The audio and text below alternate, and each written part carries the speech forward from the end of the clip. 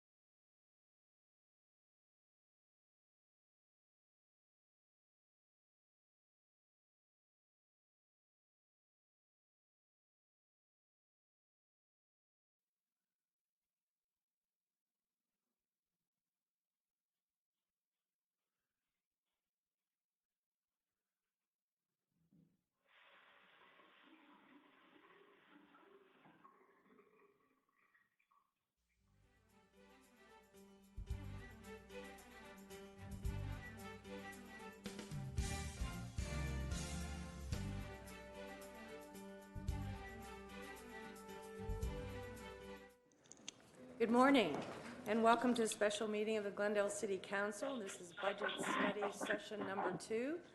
We do have the mayor on the phone calling from Armenia, so he will be speaking this morning and joining us for this session. Good morning, Mayor. Good morning. Good morning. Good morning. Okay, can we have a roll call, please? Certainly. Council members Agajanian. Present. Mayor Pro Tem Devine. Present. Garpetian. Present. Najarian. Here. Mayor Sinanian. Here. Yes. And next item, please. The agenda for the May 8th, 2018 special public meeting of the City Council was posted on Friday, May 4th, 2018 on the bulletin board outside City Hall and at 64 Aram Street, Apartment 62, Yerevan, Republic of Armenia, 0007.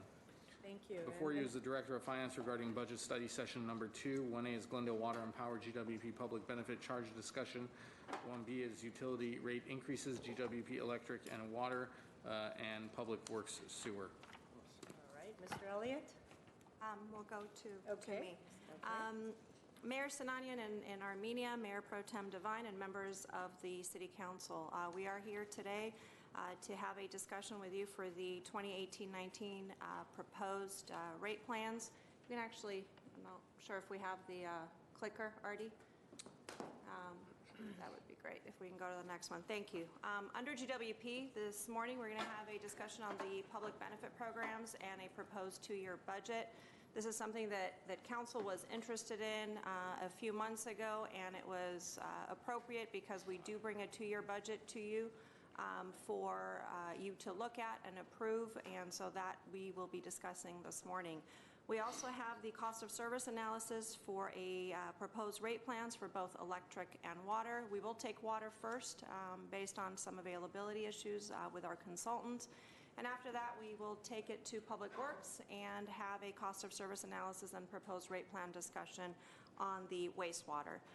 With that, I am going to ask Mr. Zern to start us off with the PBC. Very good. Mr. Mayor, Madam Mayor Pro Tem, members of the council. Mr. Mayor, Madam Mayor Pro Tem, members of the council. It is my pleasure to be here today, and we are going to go through the public benefit program and proposed budgets for fiscal year 2018-19 to 2019-20. As has been our norm since this program was implemented, is we present you with a 2-year budget, and then obviously as we implement programs, we come to you individually with those to seek approval if that has to do with obtaining a vendor or actually setting aside monies for specific aspects of a program. The background on the public benefit charge program, they were provided, or we have provided them along with most other utilities pursuant to state mandate that was implemented originally on January 1st, 1998. There's been a couple of iterations from the state legislature since then, but essentially more or less to fine-tune the program. It has remained as it is today in its fundamental state. Public benefit charge is funded by a separate fee on electric bills, and that's the key. This is electric only. This does not apply to water. And as I mentioned, electric utilities throughout the state assess this fee. It's paid. It's segregated on the bill. It's segregated in our collection, and Mr. Elliott and his staff segregated as far as an accounting and budgetary function. And that's primarily because it's very, very limited in its scope of use. The funds must be used for programs in one or more of the following categories: cost-effective energy efficiency and conservation programs, new investments in renewable energy resources, research, development, and demonstration programs, and it also allows agencies to develop programs for low-income electricity customers, including rate subsidies. Energy efficiency and conservation programs are pretty self-explanatory. Renewable energy sources, that's primarily where we provide incentives for rooftop solar and the programs associated with that. Research, development, demonstration is just that. It allows an agency to look at different programs and see how they fit their particular customer base, their particular utility, see if they work. Sometimes they do, sometimes they don't, but it is a nice sort of laboratory, if you will, to see where we can expand on programs that are successful and not spend a lot of time on those that aren't. And of course, on the low income, pretty self-explanatory. Current charge in Glendale on your GWP bill is 3.6% of retail electrical revenues. Excuse. Yes, sir. So the current charge of 3.6% of retail electric revenues. So it means whatever the cost is, we add 3.6%? There's an additional charge on your bill of 3.6%, which then is for this program. And it's specific and segregated for this particular program. Do we consider the money which you will transfer? There is no, Mr. Agajanian, this particular fund does not transfer. It's very specific what you can use those monies for, and now those are those 4 categories. So this does not, it is not mingled with ratepayer money, so it doesn't go into the normal operation of the utility in any way, and it doesn't have any connection to the transfer. Thank you. This is the proposed budget and fund balance for the upcoming 2 years. You see in that first column is the current projected budget, and very simply the beginning fund balance revenues that came in off that 3.6%, and then the expenditures that we anticipated. So you get an ending fund balance of a little over $5 million, and then apply that to our 2-year proposal, which we're going to go through today. And you see as we implement more programs and begin to draw down on that balance, it's important. This is not a fund that you want to keep a large fund balance. The California Energy Commission is very much interested in ensuring that we spend as much of this money as quickly as possible on energy efficiency programs, and of course low income if that's our decision. So this is a program where you want to spend as much as you can and get, and we do face audits on a regular basis from the California Energy Commission to make sure that we are expending this as they see fit. Yes, sir. Can you explain the public benefit programs one more time? I understand it's for solar panels, energy efficient equipment, and like HVACs, as well as subsidizing for seniors. That's correct. Is that correct? And we're going to go into the individual line items in each of the categories, and you'll see specifically what type of programs we're talking about. So that's why when you say the state encourages us to spend as much as possible from this fund, it's not because we want to spend it, it's because it's for prescribed programs. Correct. This is the type of fund where you want to inject that cash into the system for these prescribed programs as quickly and as much as you can. They would prefer to see us expend every penny every year that we get it. We do the best we can, but as you're going to see, a lot of these programs are trying to get people interested in them. We don't force these on anybody by any stretch of the imagination. So we're trying to continuously encourage participation. We would love to be able to spend it all every year, and that way we're making progress in our programs. Thank you.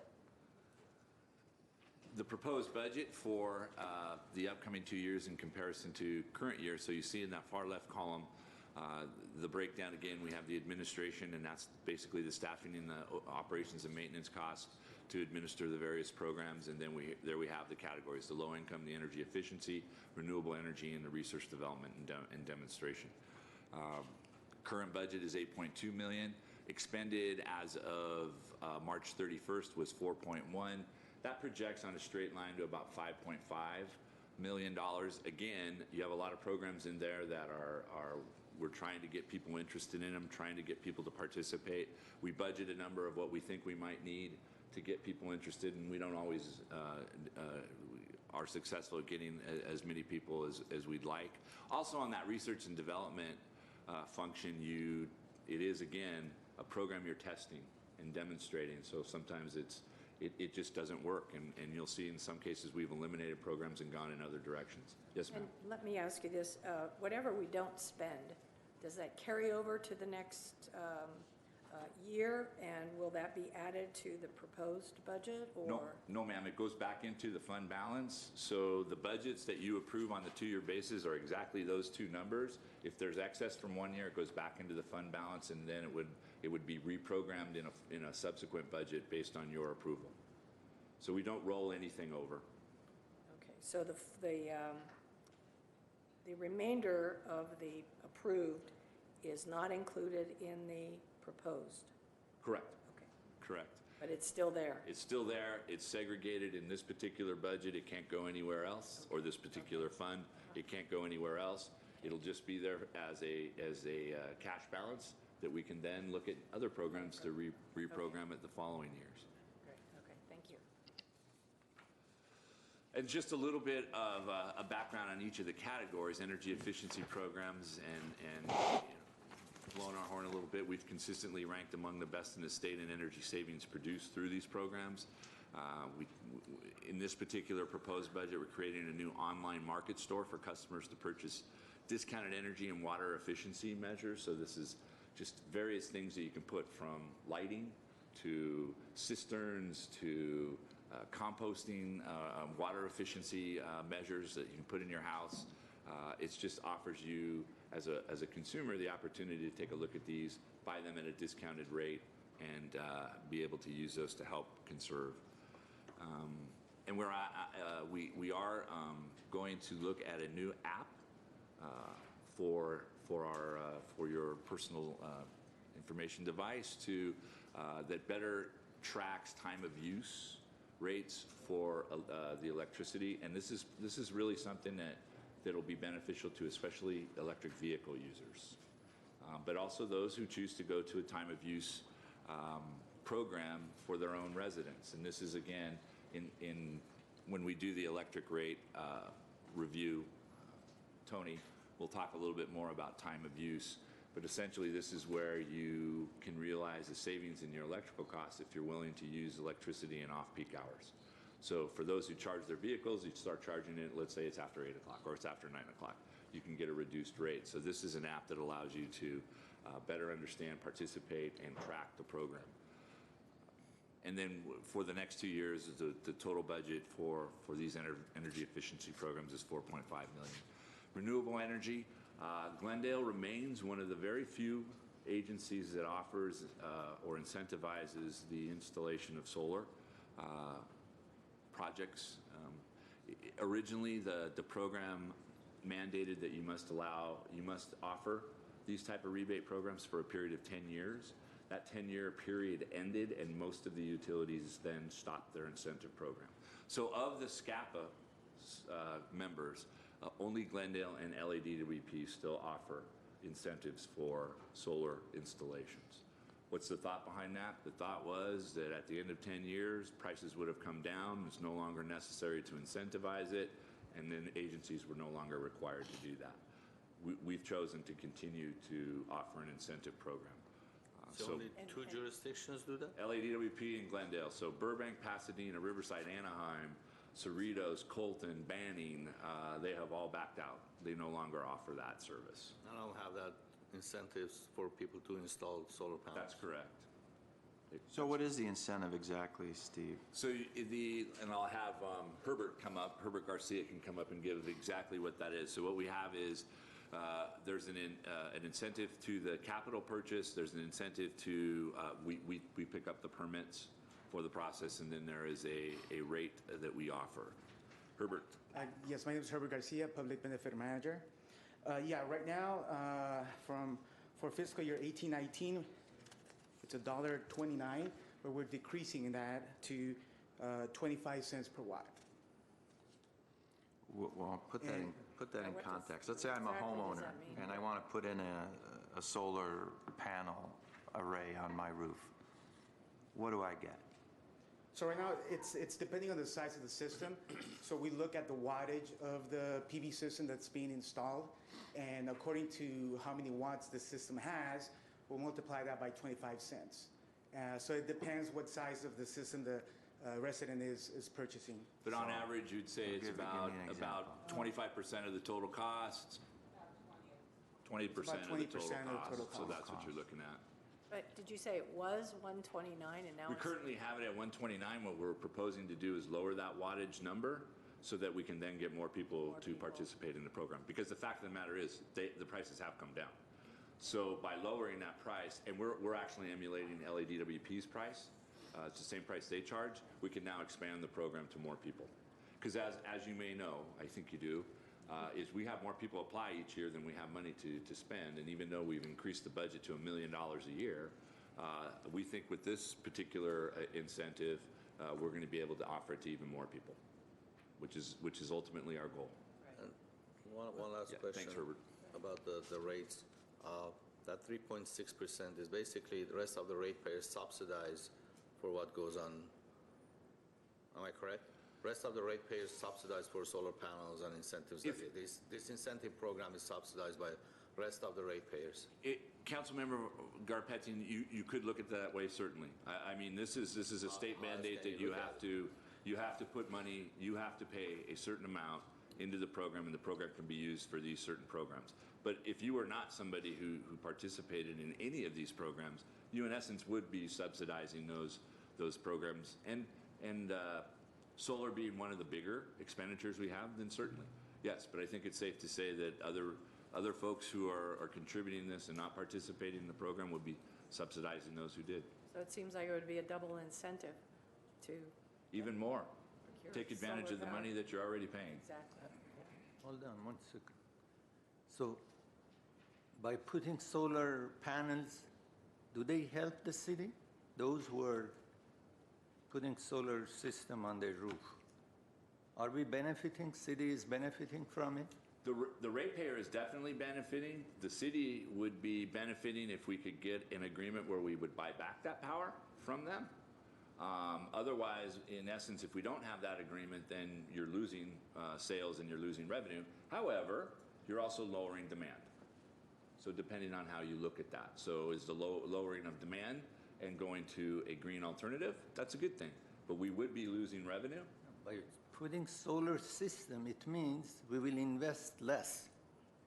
That's what I mean, your load demand goes If down. we have more people putting solar system, solar panels on their roof, so city will benefit from it. It's not that the ratepayer is benefiting only. By having less investing in the electric system. I mean, we cannot say just we are subsidizing this group of people those who are putting solar panels on their roof. So right now you are offering to spend $500 million to replace Grayson, approximately. Is that true? Yes. So if you have more people, they have solar system on their roof. So you're not going to spend $500 million.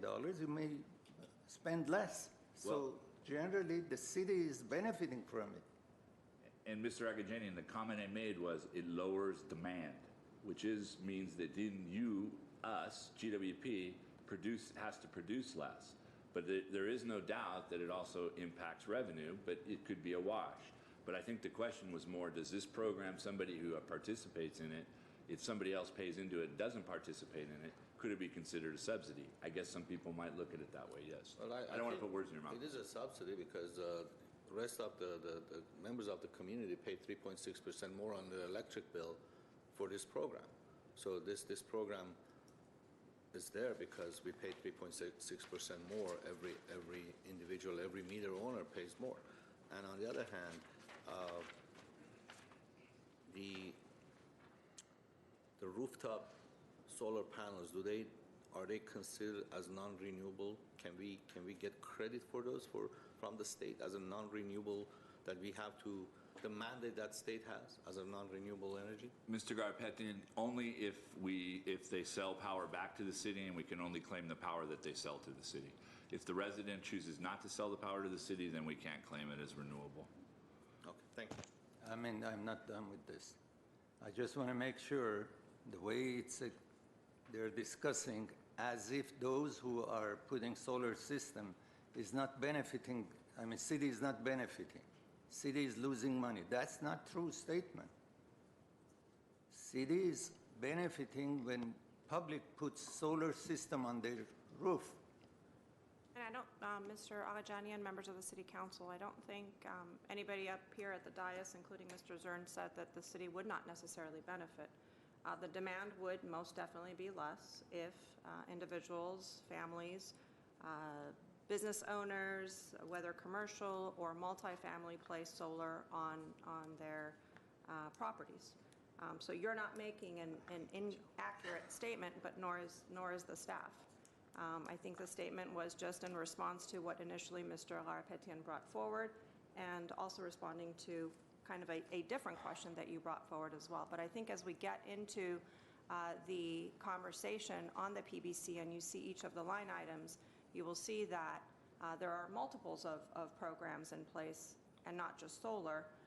So if we kind of go on to the next slides, I think it would behoove us and bring some clarity. I'm sorry. Thank you for explanation, but I have problem. We cannot say those who are putting solar system, we are subsidizing them. I mean, in return, the city will benefit from what they are investing on. They're spending, like they put a solar system, maybe we help them with $8,000, but they invest $25,000 for a single house, a regular house. So they're investing in the city. And by investing, they are helping. We are giving them $8,000, but they are investing $25,000. At the end, city is benefiting. It's not we are giving incentive and in return we are getting nothing. Because then, instead of having a system which needs $500 million, we are investing, the city will invest like $300 or $420 million or $430 million. So the way it appears that as if these people who are putting solar system, using the system, and they don't add anything to the city or they're not helping the city. That's not correct statement. That we are saying we are giving them incentive and they are benefiting, but the city later or the other ratepayers, they are paying for these benefit that the person who has the solar system on their roof. That's not the way it is. It shouldn't be said that. Well, people can look at it different ways. The way I look at it, if I want to put a solar roof on my solar panel on my roof, and the city is going to kick in 20% of that. Let's say it's a 30,000 system, and city's going to kick in. Then what would that be? 6,000. 6,000? Boy, that's a subsidy. I'm saying thank you, Glendale, for doing that to me. And maybe my neighbor is jealous because I'm taking advantage of that. Maybe the other person that was last in line that wasn't getting that. But there are indirect benefits to anything we do in this city. When we tax people for the wildlife, this brush surcharge that we're charging, the $15.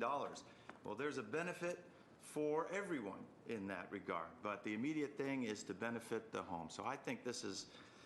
I mean, we're fighting over whatever. I'm not sure if there's a bigger question. We want to talk about Grayson today. I don't think this is a Grayson discussion. But to me, and those people that have received those subsidies, they're very happy. And we've had many people from the public during these discussions over the past few months come and thank us for the subsidy. In fact, those that wished they had done it earlier, Mr. Webb said, I did this all on my own. And gosh darn it, if I hadn't done it, waited a year or two, I would have been able to obtain that subsidy. It would have been a lot cheaper. So anyway, that's just my opinion. One follow-up question. Mr. Najarian.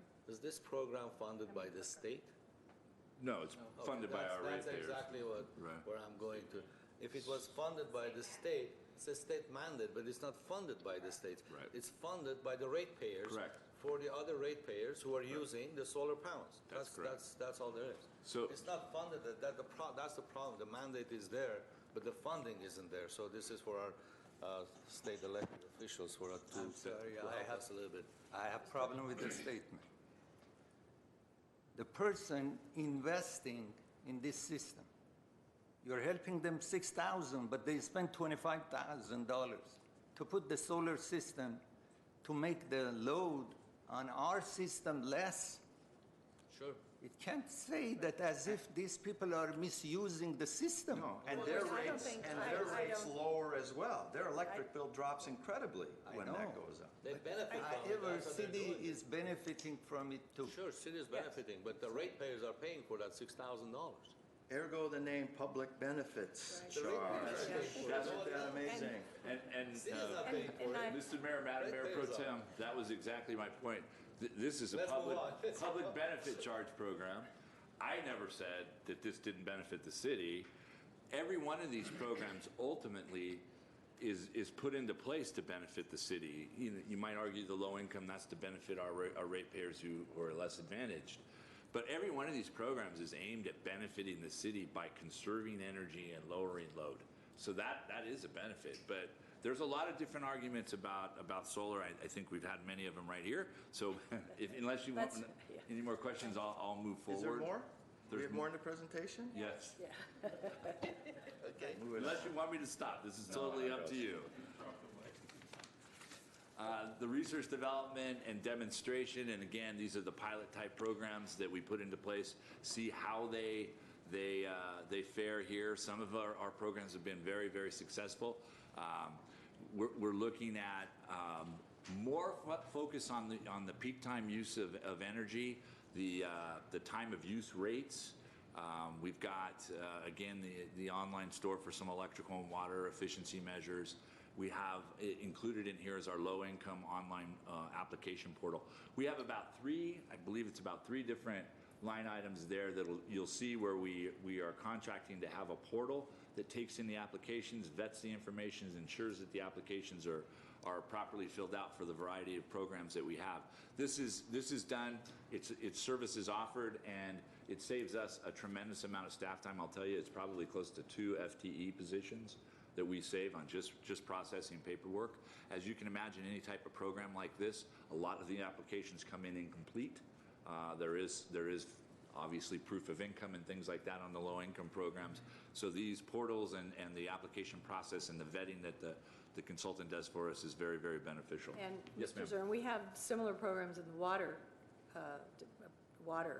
department, don't we? For the public benefit charge? No, Correct. ma'am. Oh. This is only an electric. The state has not yet passed a water type program. However, it is being very much debated in Sacramento at this time to have some type of similar program for, especially, the focus there is not as much conservation as it is low-income subsidies for water payers. Low-income programs, we are proposing in our next 2-year budget to increase the monthly subsidy from $13 to $15. This is a flat fee that if you are eligible for the program, you can experience that. So again, we're recommending a $2 increase on that. It was probably 5 years ago that we increased it $1, I believe. So we think it's a good program. It helps a lot of people. I'll tell you, figure about 15% of our customers are in this program. So we have a pretty fair amount of folks that benefit from that. Mr. We have a total, whenever we're done with the thing, I just want to ask you, so I won't forget, when we're done, can you tell us a total of the subsidy? How much is For the low income, Yes. I had a slide, let's see, we'll go back. Okay. So if you look at the low income line, it's about 2.7 million proposed for next fiscal year. And it stays about that flat for the following year as well. Thank you. I did miss, for those of you who are supporters and have some of the devices in your house, the thermostats, the SIVA frames, we have a lot of interest in those. And I don't know that we've ever had anybody ask us to come and take those out. So they're pretty popular devices as long as we can get them to work properly. I know in some homes we've had a little bit of trouble. And I believe that we're working on trying to integrate those with solar. We don't know how What that. are those? Can you explain what those are? The SIVA screen is the screens, it looks like an electronic picture frame that you have in your house, but it allows you to monitor your electrical use. It hooks to your smart appliances. It gives you updates, tips on conservation. Thank you. And then we have in here, and I'll talk a little bit more when we get to the line item, it's behavioral demand response. And it's quite an interesting program. So again, in combined, on the heels of Mr. Garpetian's question, $5.5 million for a 2-year program for that. So looking at the line items, we have the administration costs, which are the staff that's associated with implementing the programs. We have 5 budgeted staff. We are just there. For the last 2 years, we have not had full staff. And so, and again, this is also, if you see us out at events, and we try to get to as many as we can, you'll see our tables promoting conservation. We'll be out at the city events, we'll be out at private events. That's the staff that gets out and does that. We have our EV test programs, and so you see a lot of the staff is out there on as much a marketing standpoint as a program administration. And then our maintenance and operation for that is just the general office upkeep for that staff, and then we have our cost allocation for city services. Then you go into the energy efficiency, and these are just some of the details on those programs and some of the things that we do. So we have the smart home air conditioning tune-ups and the smart business air conditioning tune-ups. Give us a call, we'll come out, we'll take a look at your air conditioner, make sure it's running properly, do a tune-up. That makes it more efficient. We have the smart home rebates, and this is really this is the online portal for the application process. So that's, again, where you apply. So this is where you buy a new air conditioner, a new pool pump, a washer, a dryer, a dishwasher, a refrigerator, and then you can apply for a rebate on those for a qualifying appliance.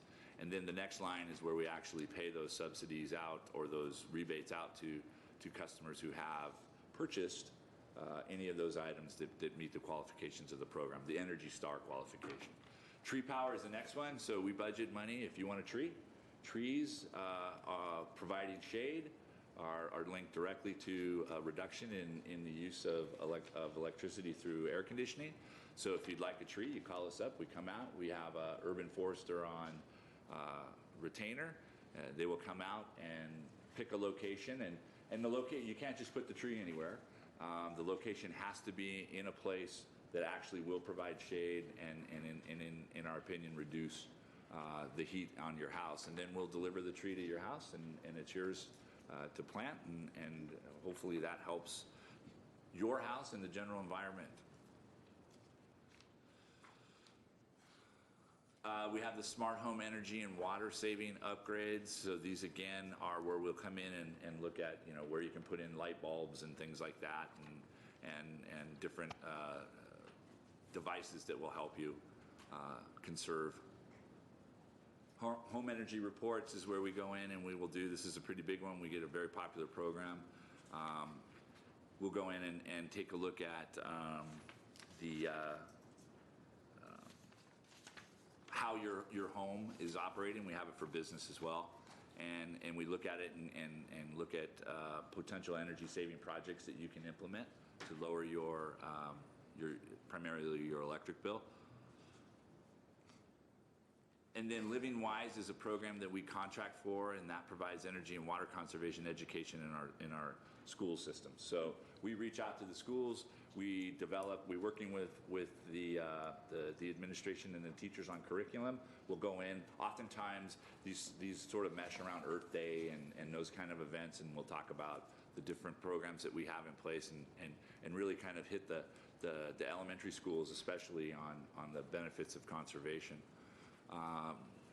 The next one was peak hogs, and this was an incentive that we put in again some time ago to replace wall AC units in multifamily buildings. It was very, very specific. We eliminated that program, not a lot of response to it, but actually now individuals wishing to participate can go back up to that Energy Star system rebate program and apply through that. So it was a bit of redundancy, and we felt the other program was much more efficient. Then we have our renewable energy, and here's what I think we had a pretty hefty discussion on that. We have our community solar, which is new. So community solar, the concept is this is to bring solar power to individuals that normally wouldn't have the ability. A lot of times it's multifamily buildings. So we would set up solar on possibly one of our facilities. Maybe it's a park, maybe it's a parking structure, and then we would be able to sell that power to customers who didn't have the ability to put solar on their own building. A lot of times it's multifamily. A lot of times we were talking about folks that may not be of the means to buy solar systems to put on their house. We can offer the community solar option. It's brand new. We've looked at locations several years ago. we've vetted out the plan with regards to what it will take to improve the infrastructure, and we now are going to go ahead and budget that and look for a pilot program that we can implement next fiscal year. And then the residential solar solutions program, which, as I said, is also $1 million a year. And this provides rebates to those who purchase systems for their single or residential. So if I can ask, is the community solar then something new? It is a new. It's a program. brand new program. We haven't had it before. It's something we've been studying. There was some question about whether we could use these monies to do that, and we worked that question out. So we definitely can. And now it's a matter of us finding the right location. As I said, we're looking for a pilot program, so we're going to need a partner. So we're going to be out in the community looking for that partner, whether it's a multifamily building, maybe it's a small business that we can work with. There's potential that we might even be able to work with some of the educational facilities as well. So we're going to be out looking for a couple of partners to help us as we implement the pilot phase of this. Something for the community to look forward to. Absolutely, absolutely. So, quick question for you. So in 2018-19, community solar and solar solution residential, the budget will be the same. It's $1 million each. Correct. Okay. So basically we're increasing our budget for solar systems. We're doubling our budget basically. Correct. And that community solar, do the ratepayers have to pay for that too? No, this program would pay for that. So we would develop the program out of the funds in the public benefit charge program, and then if we entered into some sort of a purchase agreement with a private firm, we would have that as a separate agreement, and then they could purchase the green power from us. So instead of having to put the infrastructure in, you're talking about folks that may not have the physical structure or the economic means, but we can help by building it ourselves, owning it, and certainly there's a cost to that, but we can cover it in the public benefit charge, and then we would sell the power to the business, to the educational facility, to the residential unit. Can I ask, would that take your effectually your Kick load? your kick or your bill, the amount that you're paying? Will that be reduced if you become a member of this community solar? That's the objective. That's the objective. Yes, ma'am. Okay. I have a sense that in our 90-day, because we have merged this information with our 90-day, that's where it might come together actually in that particular. Because community solar is sometimes whatever side of the debate you're on, there is a discussion that maybe, putting solar on your home, you have to be of a certain means. You have to be able to do that financially. Community solar is more the ability to bring solar power to those that may not have that same amount or that same ability, I should say. And this isn't something that we can build into Grayson. I hate to bring that up again, but. Well, it would all go into the issue of that Mr. Agajanian was saying was, what's the benefit to the community? The benefit is you reduce load. If you reduce load, that's load you don't have to then produce. So this will go into that load reduction. All right, great. All right, thank you. Again, we have the portal that we use for the application process, which also not only processes the application, it also monitors the ongoing effort of that particular project. And then we have solar schools. This is where again, a school education program where we talk to educators and implement solar-specific programs into their curriculum. A little different than the other one. The other one's a more general, water and electric, water and power conservation. Then we have our research development and demonstration.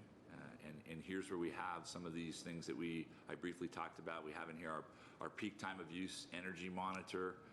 Again, this is that app to help folks understand where the cheapest energy is at that particular time. You actually schedule things like when you do your laundry, when you turn on your dishwasher, if you're an EV owner, it's when you plug your car in. Then we have, I mentioned the online store that allows folks to come in and for a discount can buy items that help you conserve, whether it's lighting, whether it's, this actually includes water as well. It could be low flow devices for water, or a variety of different devices you can have. This is something new, and so we'll go into that. Other people, the store is actually provided, and then we enter into that agreement, and then our residents will get a certain discount on those, or have the ability to buy discounted items. We'll see. We'll see how it goes. There's been some demand. A lot of people will call us and ask us, where do I buy this? Where do I pick it up? Can I get it at Home Depot? This is a central repository, and just say you can buy it right here, and we think these prices are as competitive as any. So like, what are we talking about, Steve? There's a couple. Lighting. Bulbs, LED Bulbs, stuff. LED stuff. You've got, you may have low flow shower heads, low flow faucet heads. I think you can even buy toilets in this particular thing. I'm not sure, but that's the kind of thing. Keep us posted when you ramp it up. Keep us posted. Absolutely. So this is what I plan to do is, since we budget every 2 years, because I don't think that we were here for the 2-year budget previously, but I don't think we got into a lot of detail about the program. So I think in the off year, assuming we put a 2-year budget in place, in the off year, I'll come back with an update report. Yeah. Just go over the programs and what the participation's been, and whether some of these RD&Ds are even worth continuing to pursue. We've got our EV charger rebates, which now is at $500 for putting in a level 2, $2,000 for a business. We've got our guest drive events. So we've had a couple of these jointly with Pasadena and Burbank, and they've been really successful. We're going to continue those and possibly expand that as well. And then the low-income online portal. This is, again, the application portal for folks interested in the subsidy program who qualify. And then our smart home displays and thermostats. That's the SIVA screens and the thermostats, which we will come out and install, and then they're yours. So we buy both the device and install it for you. And then you'll see that last box there is behavioral demand response, and we have a company, O-Power, who does this for us on contract. A little bit pricey, as you can see, the price went up this year. So we're looking at alternatives. So I'm not sure we're gonna make it 2 years with these folks, because we have another firm that provides another service to us that may very well be able to do this for us at a more competitive rate. But this behavioral demand response is the program where we will contact you. Again, if we have your contact information and you have indicated a willingness to have us contact you, we'll say, for instance, tomorrow it's going to be 100 degrees. We would like you to turn your air conditioning, your thermostat up, do your major electrical business off-peak, and help the overall system. It's also where the printouts come, and I know many of you have gotten these printouts and also heard about them. And so, it'll say this is where you stand in relation to others that are similar to you, and as a customer. I will tell you, it sounds kind of hokey on the surface. I'm going to call you and tell you tomorrow it's 100 degrees. It won't be me calling you, obviously. It's going to be 100 degrees. Can you turn your air conditioner down, do your laundry at 9 o'clock, and that kind of thing? And you hear a lot of people say, I'm tired of getting these pieces of paper. I'm always second or third or the worst in my neighborhood. It works, because that competition, I will tell you, the state of California requires that we reduce our load by minimum 1% per year. Minimum 1%. We have always achieved that or exceeded it. This program is about 50% of that. So it works. And I will be the first to tell you, my staff will get up here one by one. I know I'm just saying that, but we'll say, Steve has harangued us on this, because I will get caught in a corner at any social event in the city with somebody saying, I can't believe I'm number 2 or 3. I know I'm better than that. I've also had people say, if I get to be number 1, will you give me a break? Will you give me a free bill for the month? That just intuitive competitive edge that people have, this has turned out to be very, very beneficial to us on a conservation basis. I actually heard that yesterday at the GWP Commission meeting, where someone said, John, Yes. you should give me something for Yes. conserving. Madam Mayor? I said, you get a smiley face. No. Mr. McCarty. So is this part of that program that you receive a letter or a notice that you use the most water in your neighborhood? Yes, sir. Because I received one when I was Here out we of town go. for 3 weeks. And I came back, I have this letter. I'm saying, I was out of town for 3 weeks. How could I use more water than my neighbors? But maybe my neighbor would have He didn't use any. Maybe it was water. I have a question about this, the smart home displays, smart thermostats. $570,000, is that our budget? Yes, sir. And how much of that budget do we use? We How much have- what does it cost us to do? These install it. include the actual devices themselves and the installation. So, It's 570 yeah, where am I? and 115. The 120 and the 340, is that where you're at? So 570 is what is approved for this year. 115 is what we're spending, but you can see we're reducing that budget down just based on participation. So it's going down to 340 a year. And what does that do for us? I mean, do we have any? It's conservation. So it's in very much a behavioral as well. So the SIVA screens, which allows you to monitor real time what your usage is, sometimes prompts people to make those good decisions about deferring or turning their lights off, or as I've heard, haranguing my children to turn the lights off.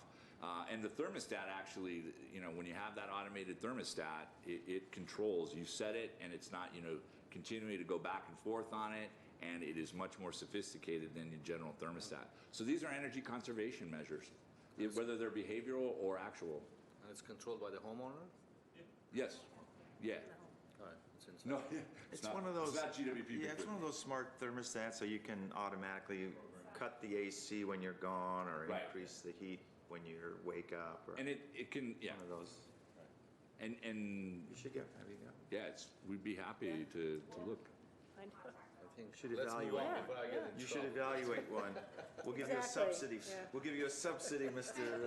Carpetian, and give us your evaluation. Thank you. And then the last category of low income, and as we've talked about a little bit already, so the majority of that is obviously the actual the rebate that, or the subsidy that folks get on a monthly basis, and we're proposing to bump that up to $15 a month from the current $13. The Guardian program is if you are a low income customer and you have medical equipment in your home, so this allows you to get a break on that. So if it's something that you have to run all the time, this helps you with your bill. Helping Hand is a program that primarily allows low-income folks, it gives them $150 to use as a deposit. And oftentimes we will ask for a deposit. Sometimes it's because of credit. It could be because of just the situation somebody's in. And then we will evaluate that each year. And oftentimes if you're a good customer for an extended period of time, we release the deposit, which is why if you see the budget, you'll notice we put $10,000 in and then we're making money back on it. That's because all the deposit money comes back to the PBC program. So when we get customers who have good track records and we release that deposit, it goes back into the PBC program. But it gives people an opportunity to, have the money to put that up. A lot of times $150 is a lot of money, and so this program helps them. And then we had the Cool Care program, which was the low-income refrigerator replacement. However, we rolled that into that Smart Energy Star program because it works very much the same way, and we no longer keep this program. And that's the PBC budget proposed budget for the next 2 years. Are there any comments or questions from council? I have a speaker card. Let's go to the speaker card. Mr. Culver, 3 minutes, please. Mr. Dashian. Hello. Hi. Thanks for the chance to speak. Part of this I had prepared for the rate increase, so You can wait. let's see. You can wait till the radio. No, well, no, You wanna but wait? it has to do with the PVC. So it's about the Glendale Care low-income discount going from 13 to 15 to help offset the increase. So instead of giving low-income people a straight discount, they should apply the money to efficiency measures. For the $180 a year that they're reducing these bills, the low-income bills, they should be replacing old appliances with Energy Star appliances, which they are in a different program, insulating walls, replacing single-pane windows. They should help people to save $15 a month on their utility bill rather than subsidizing their energy usage. Plus, the improvements we make to their home compound their savings over time, and it creates local jobs. The money for the discount comes from the PVC. Well, and instead of creating long-term improvements in low-income homes, GWP is basically giving it to themselves. Or they could be more creative. For $30 a month, Los Angeles is leasing roof space on low-income homes for solar panels that feed into the grid. This allows the homeowner to pocket some money, incentivizes them to reduce their utility demand on their own, and puts renewable resources into the grid. It's a triple win and a great use of the PBC. Look, I'm not suggesting we stop helping low-income families like Steve thought I said yesterday, but I'm suggesting that we help them better and for the long term. And then, so the solar program, the solar panel program has been reduced year over year at a time when demand is increasing. What they're not saying is that they eliminated the business rebate for the solar program. Residential stayed about the same, but they've taken millions out of the that they had set aside for business in former years. The funds run out seconds after the programs open each year because of the number of applicants. And I hear they're trying to correct that by reducing the amount of rebate. I don't know. That doesn't seem like a great solution. What they should do is create a low-income option for solar that has a much larger rebate for low-income customers. That seems like a good way to help the low-income customers with a long-term solution. Why not make community solar exclusively for low-income so that the low-income people see their bills reduced? So take the money from the $2.5 million they're just giving away to low-income and put that towards community solar so that their low-income bills are reduced. That just seems like a win-win rather than just giving the money away. It bothers me that they use the PBC charge for GWP marketing. I have seen GWP at events around town, and apparently the PBC is paying for this, and that just seems like they're using it as marketing because they're saying, look how great GWP is, and they're giving away key fobs and little gadgets. Is the PBC paying for that? That seems weird. Also, the PBC is giving rebates on toilets. That's water efficiency. Is that allowed? Since PBC is only for electric. And is it possible to rank all these programs by kilowatt hour demand reduced per dollar so that we can see that we're actually getting return on our money? Thank you. Thank you. Can you respond to any of those? Would that work, the community solar just for the low income and? Well, generally speaking, reduce that? that's where I was going. That's what community solar generally does, is allows folks who may not have the means to do it themselves. It allows those folks, especially when you're looking at multifamily fixed income kind of thing. That's the concept behind community solar. The individual indicated of LA's, subsidies on roofs and that's a community solar type program. For the rest of it, I'm telling you, as I said yesterday, if you're on a fixed income, I'm sure that proposal will go over really well. I mean, we've got a lot of people here. 15% of our residents are on that program, which means they qualify through state guidelines. This is not just me picking and choosing who I want on there. They actually qualify because of their income. And I think that's a great thing that we can help them, because some of our costs we can't help. But to be able to help them, yes. The other issue is they're not precluded from any of these other programs. We can come in and put the thermostats in their houses. We can come in and change out their refrigerator. They're all eligible for these programs as well. So we can do both. We can help them save energy, and we can help them with the economic impact of their rate. To me, that sounds like a win-win. I'm just a little bit perplexed about just the sense of it and why we would do that. Okay, and I just wanted to say also on these funds being used for expos and events around the city that GWP participates in. I really look at those as public benefit. They're not just giving out fobs, or they're actually educating, trying to educate the public and those that want to learn about renewables and how they can conserve. So I think that comes under public benefit. Are there comments from my colleagues? Mr. Garpetian?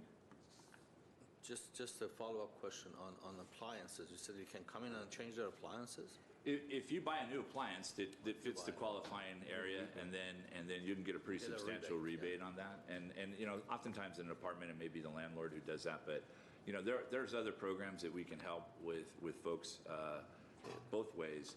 And Mayor Pro Tem Devine, you're absolutely right. Those folks that are out there selling these programs. So when you see it, we have a budget and we don't quite meet that budget, we haven't gotten to enough people. We need to get more people.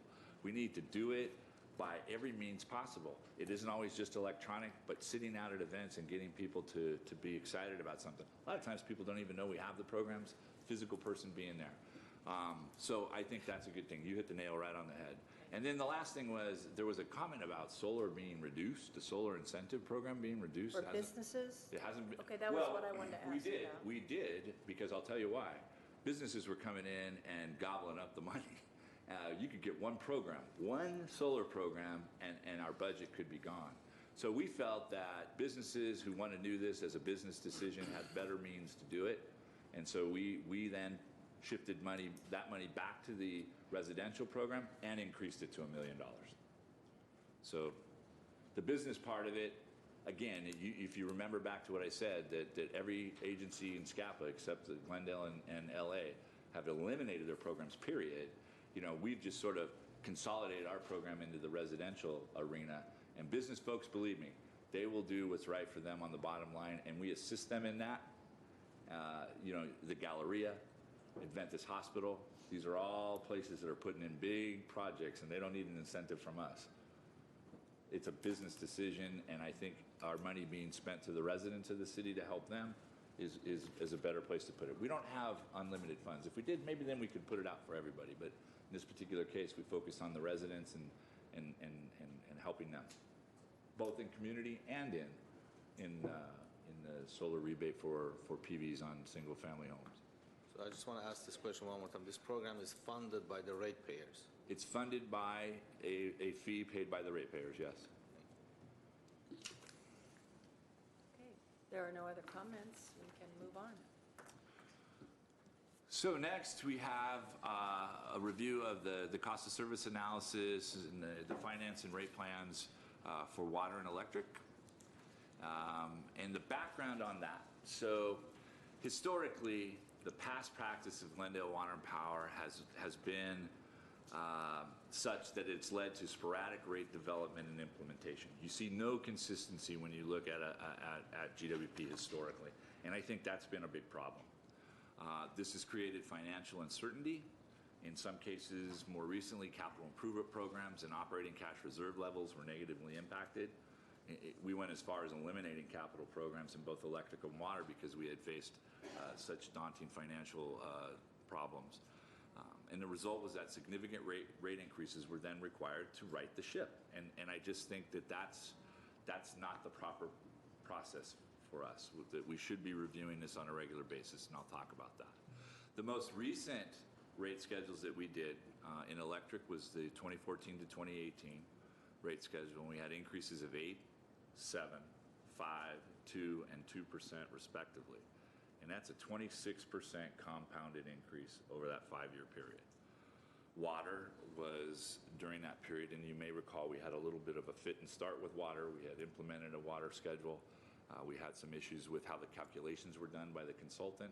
It required us to do another water rate schedule, and that ended up being a 4-year schedule of 4% each year from 2015 to 2018. That's 17% compounded over that 4-year period. During that same period of time, or when we implemented those rate schedules, we also issued bond debt for $60 million in electric and $35 million in water to essentially reinvigorate and restart the capital programs. We did a major upgrade to the Grandview substation, but other than that, a lot of this was what I would call more routine infrastructure work. These were difficult rate increases to make. They were tremendously difficult, sir. You know, for those who don't remember what was going on, there was a lot of community opposition to it. And it was partly because that first bullet point is that it had been sporadic. Increases had been sporadic, and council kind of put it out of their mind and kicked the can down the road until we hit a crisis point. So we told ourselves the lesson to be learned at that point was to make sure that we have continual monitoring of our budget and to make appropriate modest increases at the time they're needed, as opposed to, again, kicking it down the road. This council right now could say, well, let's just keep it at 0, but in 4 years, we're going to have to hit Lord knows what, 4%, 5% continual. So that was a lesson that we learned. They say you have to learn from your mistakes, and that was a mistake we had made in the early 2000s. Not to impugn Rafi Manoukian, who left appropriately. But we were all in it, and it's a much easier thing to do than not to deal with it. Who wants to increase rates? Nobody. Does that make you a friend of the populace? No. They asked for your head on a stick, which they did. And it was not very pretty, but it's something that we were forced to do. So that's just a little bit of historic context I want to parenthesize this discussion. You're absolutely Thank you, spot on, Mr. Najarian. Yes, sir. Agajanian? But also you have to consider when you move 20 million from Glendale Water and Power's budget, so obviously you create that shortfall. Then Well, that's if a you big wouldn't question. move, That's a big question. The people of Glendale voted twice to make that movement. They voted twice. We kept our tax rates low because we were relying on Grayson, and that is the situation. So it's kind of a bigger question that is in the court's hands right now. But anyway, even I think that, anyway, that's just the context of those previous increases. but if you are talking about the electricity, just in the, looking at what people are paying and what they get it. So from their money, you move $20 million. So obviously, then you have to raise the rate. Where you going to use it, or whether you need it or not, that's another question. Well, But no. I'm saying- Those $20 million, we didn't start in 2000, what was our last increase? That had been in place for Long time. decades. Right. So we're going year to year. I mean, that was done. That was something that had been done and was doing continually doing now. But that aside, the financial situation required the increase. Not GWP financial situation, the city's financial situation. Huh? No, it was No. GWP's. GWP's financial situation. I'm saying, when you move $20 million off of their budget, then you have to raise the rate. But the raising of the rates, If you and don't move the 20 million, you don't have to raise the rate that much. I'm not questioning or talking We don't need as about- many police officers either, but that's the way we decide to do it. I do think, though, that the transfer issue aside, the financial situation of both the electric and water utility were dire, and it couldn't be. I mean, the water company couldn't be attributed to the transfer, and they were 21, almost $22 million in the hole. Underwater. That's not something that has anything to do. I think that you could, that argument could be made, yes, sir. But I think for the most part, when we started this, both electric and water were in dire financial situations, above and beyond even the transfer question. But right on the heels of what Mr. Najarian said, that's exactly what came out of that difficult 5-year rate schedule that we put in, and it was a promise we made to you as a council that we would do whatever we could to minimize those type of increases or avoid those large 5-year totals and come back with things that we thought were more manageable, more in line with the economy, more related directly to those kind of costs that we were incurring, whether those be contractual, whether they'd be benefit-wise. Those are realities. Also, the industry is changing and some of the costs are being shifted. The regulatory environment is very intense in both water and electric. So all of those things aside, we wanted to try to keep those rate schedules in the future manageable. And part of that was we restructured GWP operations to achieve cost and revenue efficiency. So, we had a time when we had almost 420 employees. Today we got about 335. We've cut our programs. We've cut a lot of things in our operation to make us more efficient and leaner in what we do, so that then, in fact, we can minimize those kind of impacts that would come from rate increases. The other thing we wanted to make sure we did is analyze and develop cost of service analysis, financial and rate plans every 5 years. Regardless, we wanted to take a look at where we were at. what the cost of service was, what our distribution was, what our finance plan was for the next 5 years. We wanted to maintain city council approved cash reserve balances. Those had fallen.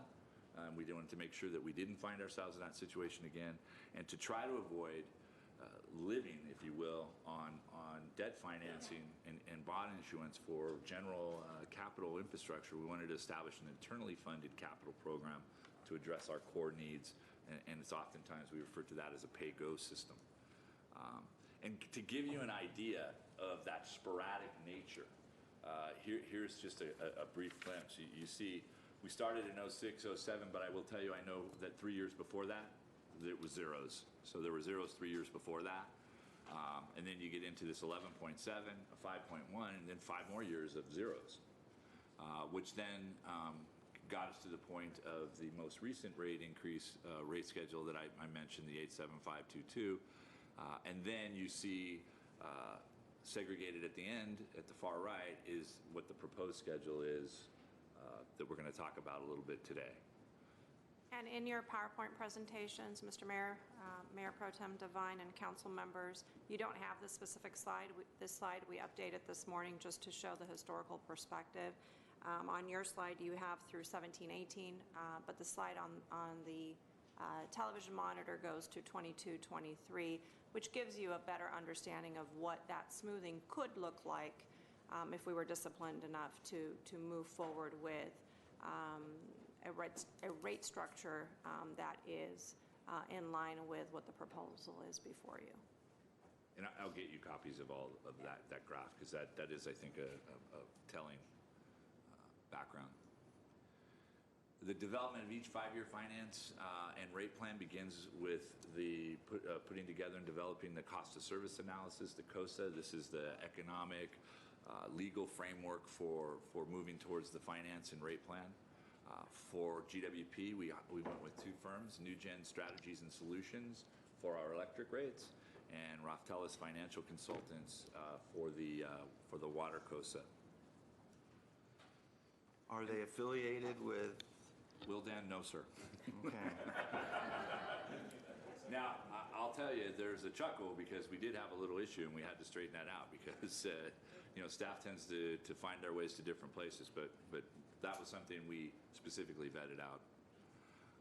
Basic goals of the COSA, and both Tony Georges and Sadir will, when they come up, our consulting team from Roftelis and NewGen will talk in more detail. But we evaluate and identify the total cost required to operate the utility over the study period, 5 years, and calculate the optimal mix of debt and rate, cash that comes into the fund to cover the capital improvement program, provide financial stability during that period.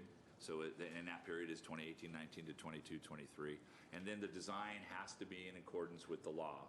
And the law for electric is Proposition 26. We'll talk a little more about that. The law for water is Proposition 218. And with that, I'm going to ask Sadir to come up from Roftelis, and he's going to go through the process that he and his team did for the water COSA.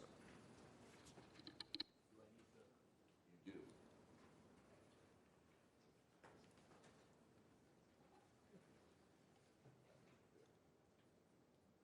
Good morning, Mayor Sinyan, Mayor Pro Tem Devine, members of the council. My name is Sudhir Pardiwala. I'm with Roftelis Financial Consultants, and I was a project manager on this study. We have a brief presentation today to discuss the recommendations and findings of the water rates. What I would like to go through first is identify the changes from the previous COSA, and then review the financial plan, which will identify the overall revenue adjustments that we are proposing, and then look at the recommendations, and finally the impacts on single-family customers. As you know, water rates are subject to Proposition 218, and there are very stringent requirements on how these rates are to be designed and for purposes of equity.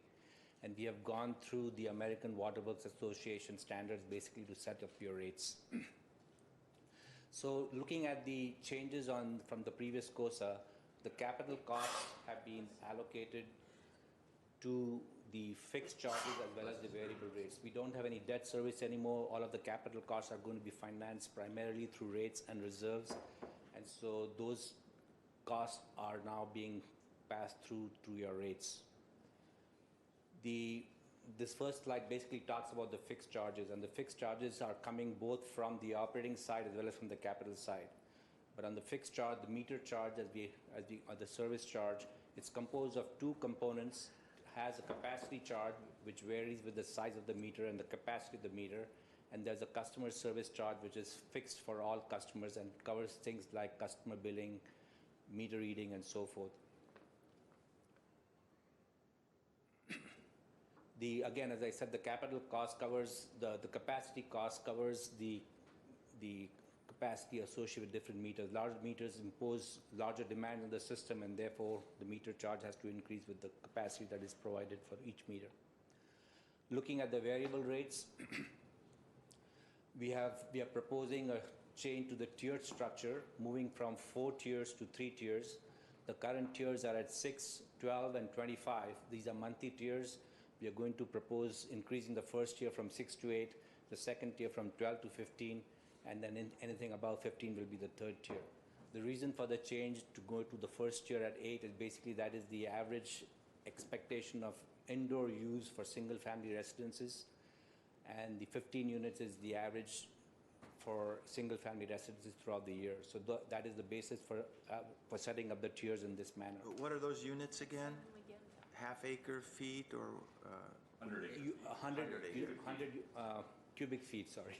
Wow, 100 acre feet. I'm sorry, I should have mentioned that on the units. We bill by 100 cubic feet. That's 748 gallons.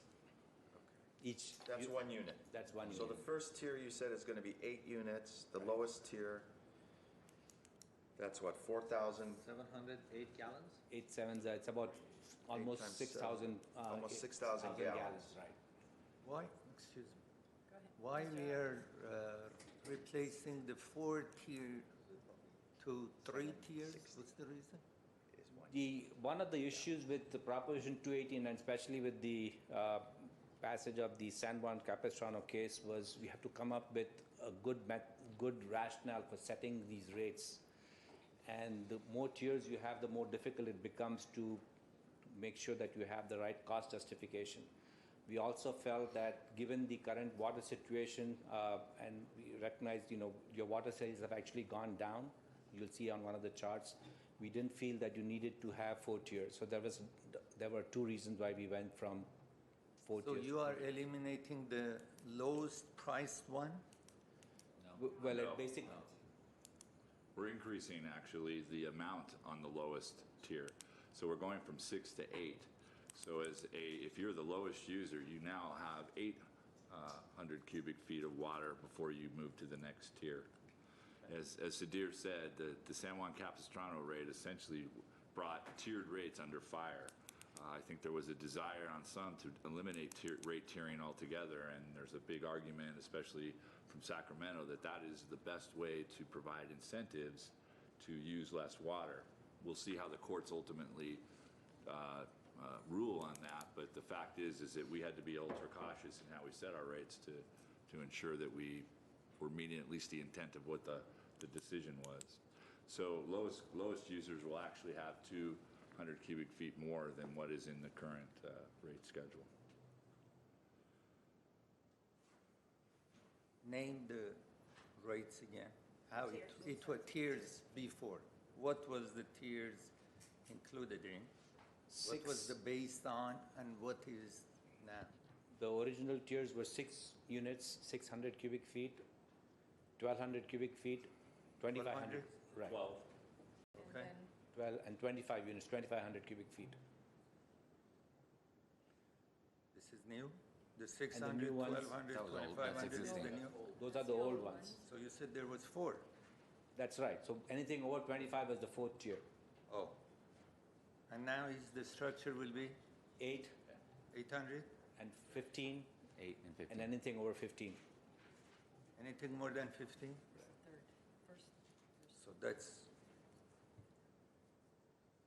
So the rate for more than 15 in compared to 2,500, what's the difference?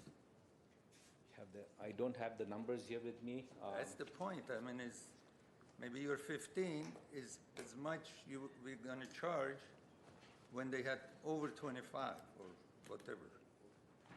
So that, the rate is important. Otherwise, just changing it, saying this is, the public will benefit. Before, the first tier was up to 600. Now it's up to 800.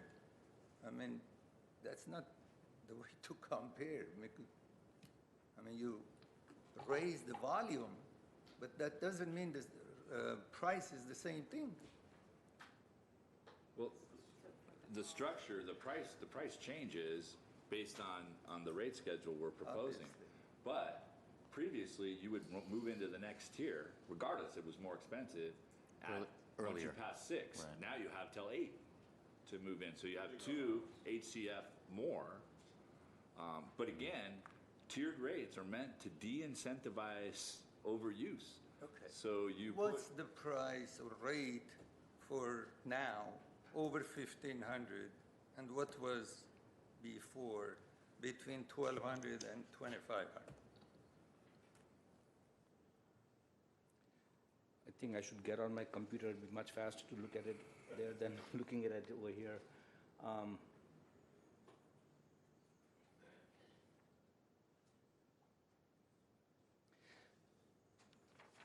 I mean, you can give me later, but just saying that if we raise the volume doesn't mean the price is not higher. That's the point. No, and I don't think we said that necessarily. We just said that at the minimum use or the first tier category, we increased it because that's more reflective of what a average family uses. Right. You use more, you're going to pay more. There's no question about that.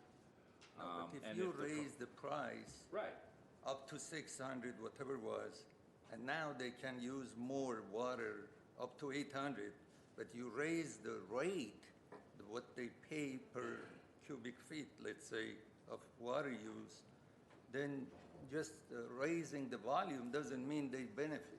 They may pay more. Well, there's two different components. There's the tier that you're in and what rate you're paying for that tier. And all things being equal, if we're not adjusting the rates, adjusting the tiers would mean those folks that, for example, were using 6 or 7, they're going to pay less because they're not bumped into that next tier.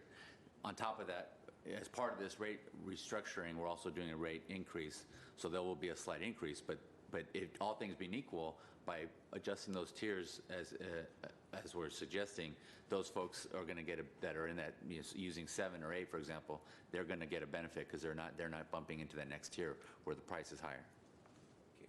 Can I give you the numbers for the different rates? The current rates for the 4 tiers are 257, 319, 363, and 442. Okay. And the new rates for 0 to 8 are 264, 388, and 403.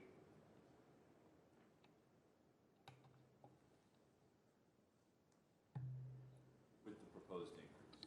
With the proposed increases, right? And say the old ones again, please. I'm sorry? The old rates, The old rates. please. The 600.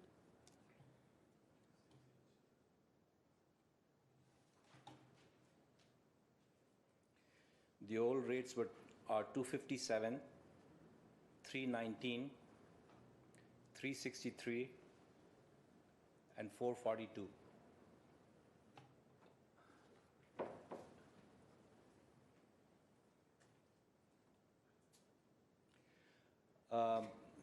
So the person who's using 2,000 cubic feet will pay more now than before, By a few cents, that's right. not by few cents. You said But we are 363. reducing the meter charges for small customers. So in fact, what you'll see when we look at the rate impacts is that the average customer and the small customers will actually see a benefit. We may have, as we get into some of the charts, we may answer that question. If not, we certainly can provide you any information you'd like. The additional changes that we are making are we are reducing the average rate for the recycled water and fire line rates, and also reducing the drought rates as well. I think it's important to make a comment here, and it applies to both water and electric. The data that we are getting this 5-year period versus a previous 5-year period is much, much more accurate due to the automated metering infrastructure. As we became more proficient in the use of it, as more data was entered into it, as we had more history accumulated, we've been able to make a lot of decisions based on very, very good data. So that's allowed us to make some of those changes in the other categories, including the drought rate. So now moving on to the financial plan, we are looking for the 5 years, we are looking at average revenue adjustments of 1% each for the first 2 years, 1.5% in the third year, and then 2% for the subsequent 2 years. Now, we do a lot of work in Southern California on water rates, and these revenue adjustments are really low. We look at double-digit increases in many agencies that are going through water rate studies right now. Multiple years of double-digit rate increases. Here, if I could, and I think I want to make a point here that that's kudos to this council, because what had saved us during those mandatory conservation and drought periods is we had that drought rate. Now, as you know, we didn't necessarily have to impose it in all cases, or we had some moratoriums on it. But that really saved us. A lot of water agencies are struggling to try to make up revenue they lost during that period of time. But I think this council's foresight in having that drought rate has helped us tremendously for the future.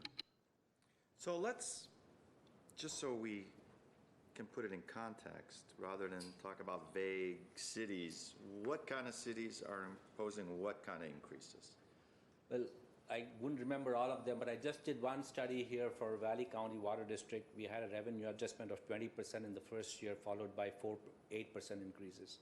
That's a compounded increase of about 60%, over 60%. We are looking at a compounded increase of 7.7% here. So you can see, in most cases, we be in the 8-9% range over 5 years, each year for 5 years. Do we have any other comparisons, Steve? At the end of Sudir's presentation, he's going to show you a bar chart graph of a typical single family. But it's kind of an asterisk on that because a lot of the agencies are still contemplating water increases. So you'll see that. And also, I will be honest with you, and it's not an excuse. A lot of the water agencies have adjustment charges and things that they don't actually add on. We don't do that. So our rate is straight up. But I think Sudir has a lot of experience with other water agencies, and I can certainly get you a list. But because if you're looking at 8%. Yeah, because people are going to complain to us, even with these modest rates, 1%, 1%, they'll compound it and they'll add the, CPI to it. I need that kind of information to say, but look at this city, look at these other cities that are similar type cities, and we have a very modest increase in place. We'll see if we can. Or we don't. Maybe if there's cities that are at 0, let us know that too. Because that's a judge for me. That's a benchmark for me as to whether we're, in the same type of, efficient operation or not. Absolutely. And I think I'll Please rely. add to it Pasadena and Burbank. Yeah, exactly. I was going to say, do you have any information I on? do. At the end, you'll see Oh, that. okay. So we compare to Pasadena, Burbank, LA, and in our case for water, CVWD, because they serve some of our customers as well. Let's proceed, yeah, proceed. Sorry. Yeah, right. This is exciting stuff. Yeah, to address that, we do rate surveys actually throughout the state and nationally as well. And typically, when we're looking at national surveys, the average rate increase for agencies throughout the country is actually 2 to 3% higher than the average inflation rate.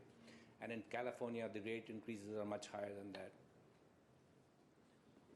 So the major findings and recommendations of the study: to ensure compliance with 218, the costs are allocated to each customer class and each tier in proportion to the fair share of those costs. And what this does, it actually results in reductions in bills for the average single-family customer and multifamily customer, while the average commercial or non-residential customers are going to see increases in their bills. This is a result of the cost of service analysis that we've conducted. Okay.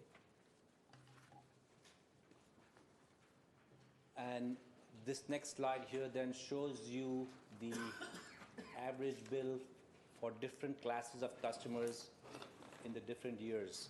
So in the first year, for example, we are looking at a 1% increase in overall revenue adjustments. Single family will actually see the average single family customer that has a 3/4 inch meter and 15 units of water usage will actually see a reduction of $1.51. Multifamily will, that's a 1-inch meter with four apartments in there using 20 units a month will actually see a reduction of 33 cents. Commercial and irrigation will see the increases around $30 and $26 respectively. And as you go down each year after that, basically you'll be having average increases by those percentages that are shown there in the first column on the proposed revenue adjustment. And when we look at the rate for subsequent years, the bills for subsequent years, you will see that single family actually is having lower rates even in the second year.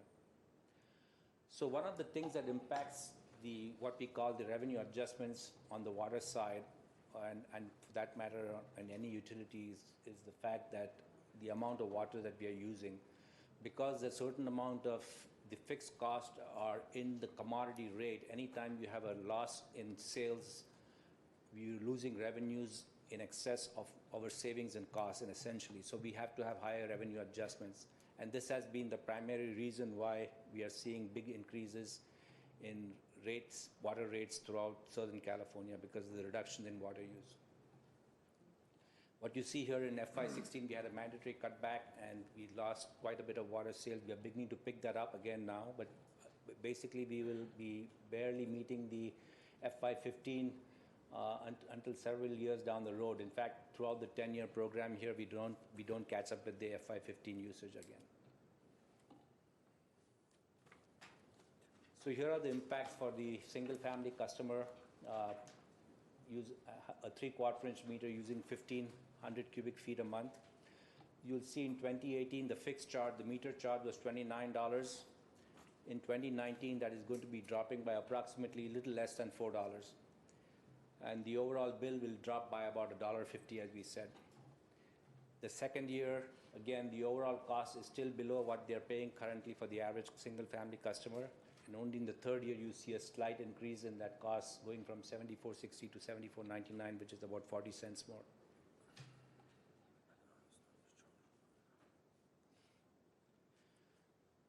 And here are the charges for comparable agencies in our surrounding cities. Burbank currently has $58.50, and the proposed, they are having a rate adjustment as well. They're going up to $61.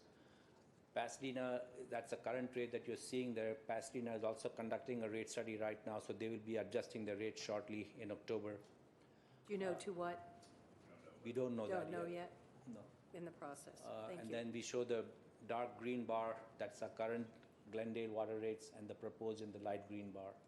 And then Los Angeles is the second last column, $108, and Crescenta Valley Water District is $84. And they are on a 5-year program as well, so they'll be increasing the rates pretty soon as well. CV, Crescenta Yes. Valley? Wow. So we're kind of right in the middle. And I believe that LA is on a almost continuous rate increase plan. You may recall they've had a lot of problems with their infrastructure, so they're trying to get back on top of that. So you can expect that their bill will climb each year. And that basically concludes my presentation. I'll be glad to answer any questions you may have. Madam Mayor Pro Tem? Yes. Oh, I'm sorry, Mr. Garpetian? No worries.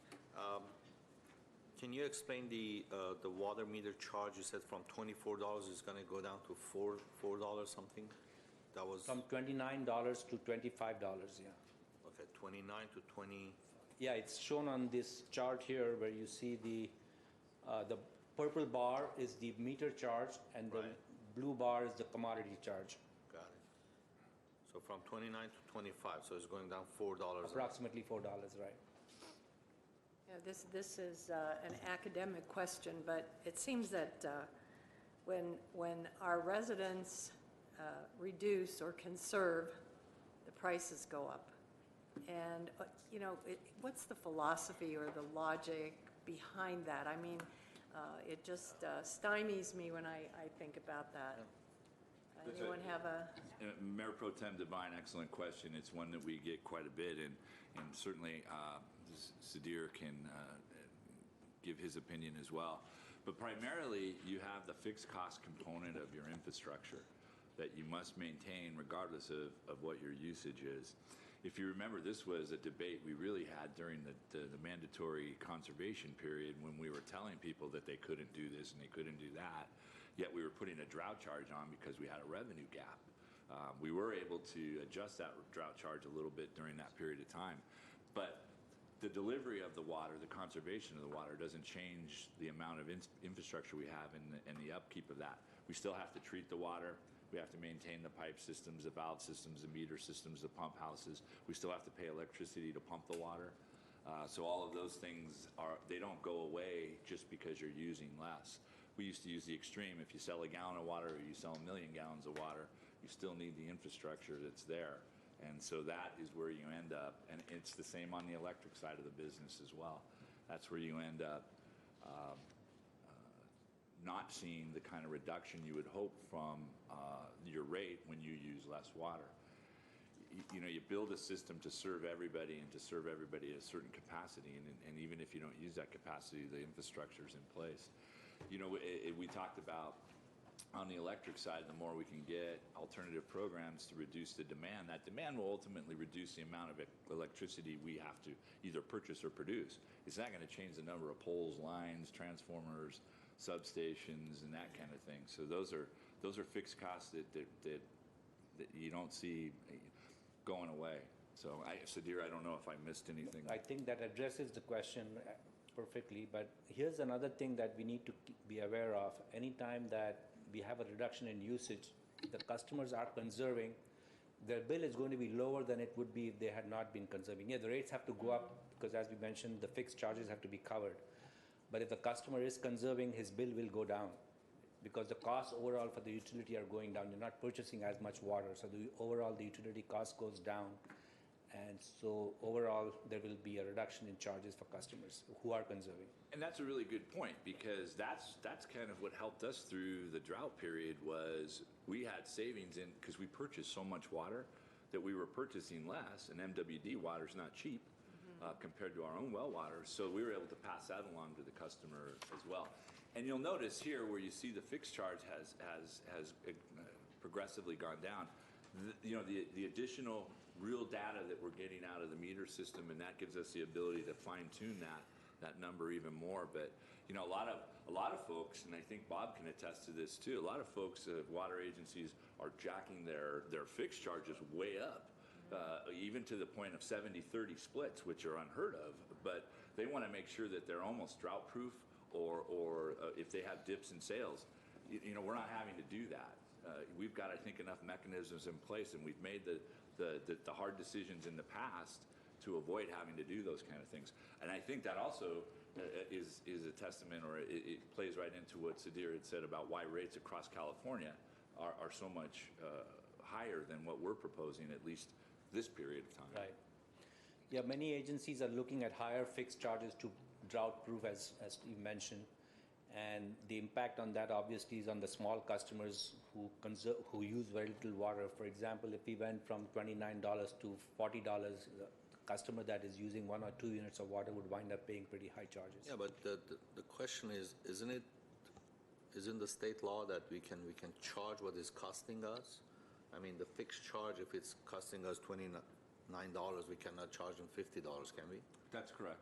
We can't. So basically what we're charging is, we kept our fixed cost low instead of just increasing it. We kept it low. Is it 40 or 45% of the total cost? The fixed charge is about 40? The fixed charge is about 33% of the total rate revenue, right? So no matter what we do, that 33% is due every month for us. So Right. whether you use water or not, Correct. that fixed cost is there. Correct. And those increase based on the CPI, basically, and everything else that May or may not. I think it probably increases more on what our investment and upkeep of the infrastructure is. Right. And if we can keep those costs down, then we can ultimately keep the fixed costs down as well. Thank you. Thank you. Any other comments? We're ready to move into electric? I just want to ask Mr. Culver if you wanted to, you have a speaker card for A and B. I'm just going to let you talk for 5 minutes on both. Is that okay with you? Okay, thank you. Mr. Tony Georges from New Gen is next with the electric, and Sudhir will pass the clicker. Thank you.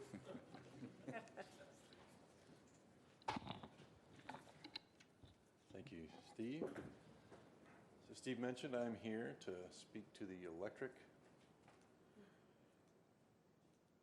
Here we go. Here's our first slide. Much of what you'll see here will kind of mirror what you saw in the water utility rate study.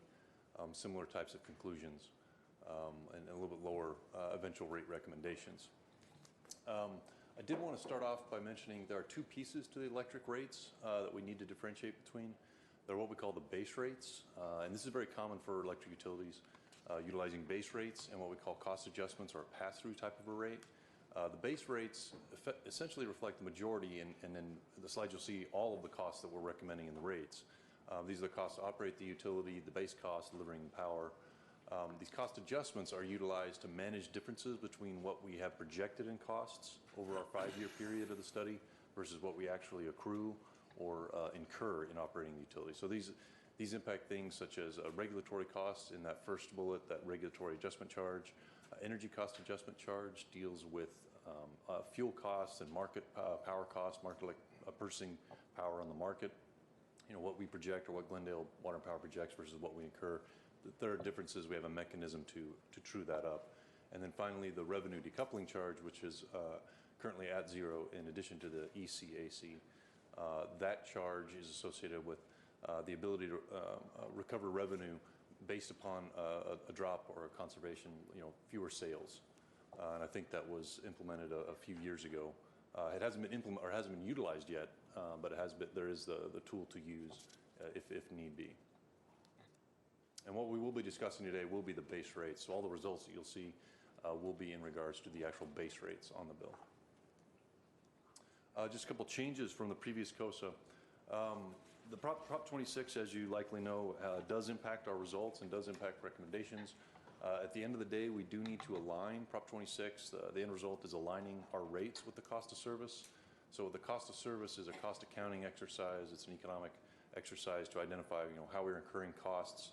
Are those costs fixed or variable, and how do we translate those costs into rates or defend those rates and those recommendations? Based upon our cost of service analysis, we did identify that the residential class is significantly below their cost of service. So we are recommending a phased approach, a very gradual approach to get the residential class aligned with their cost of service results, while the other classes actually show a decrease or they're over-recovering. So we're showing a slight decrease in those rate classes over time as well to align them with the cost of service.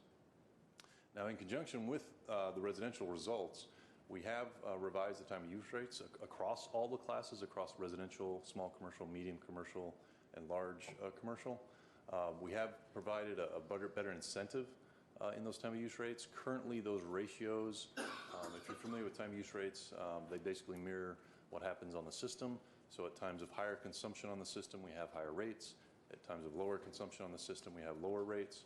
That differential between the on-peak and off-peak is not real significant right now in several of the classes. So we've made some recommendations in redesigning those rates and providing more of an incentive for people to shift their consumption. And I will mention that it doesn't penalize any of existing customers. We've kept those what we call revenue neutral. So within those classes, we designed the rates to recover the same amount of money. It's just recovering it at different times and providing an option for people to conserve and shift their peak and then reduce their bill. Can I ask a quick question? So you said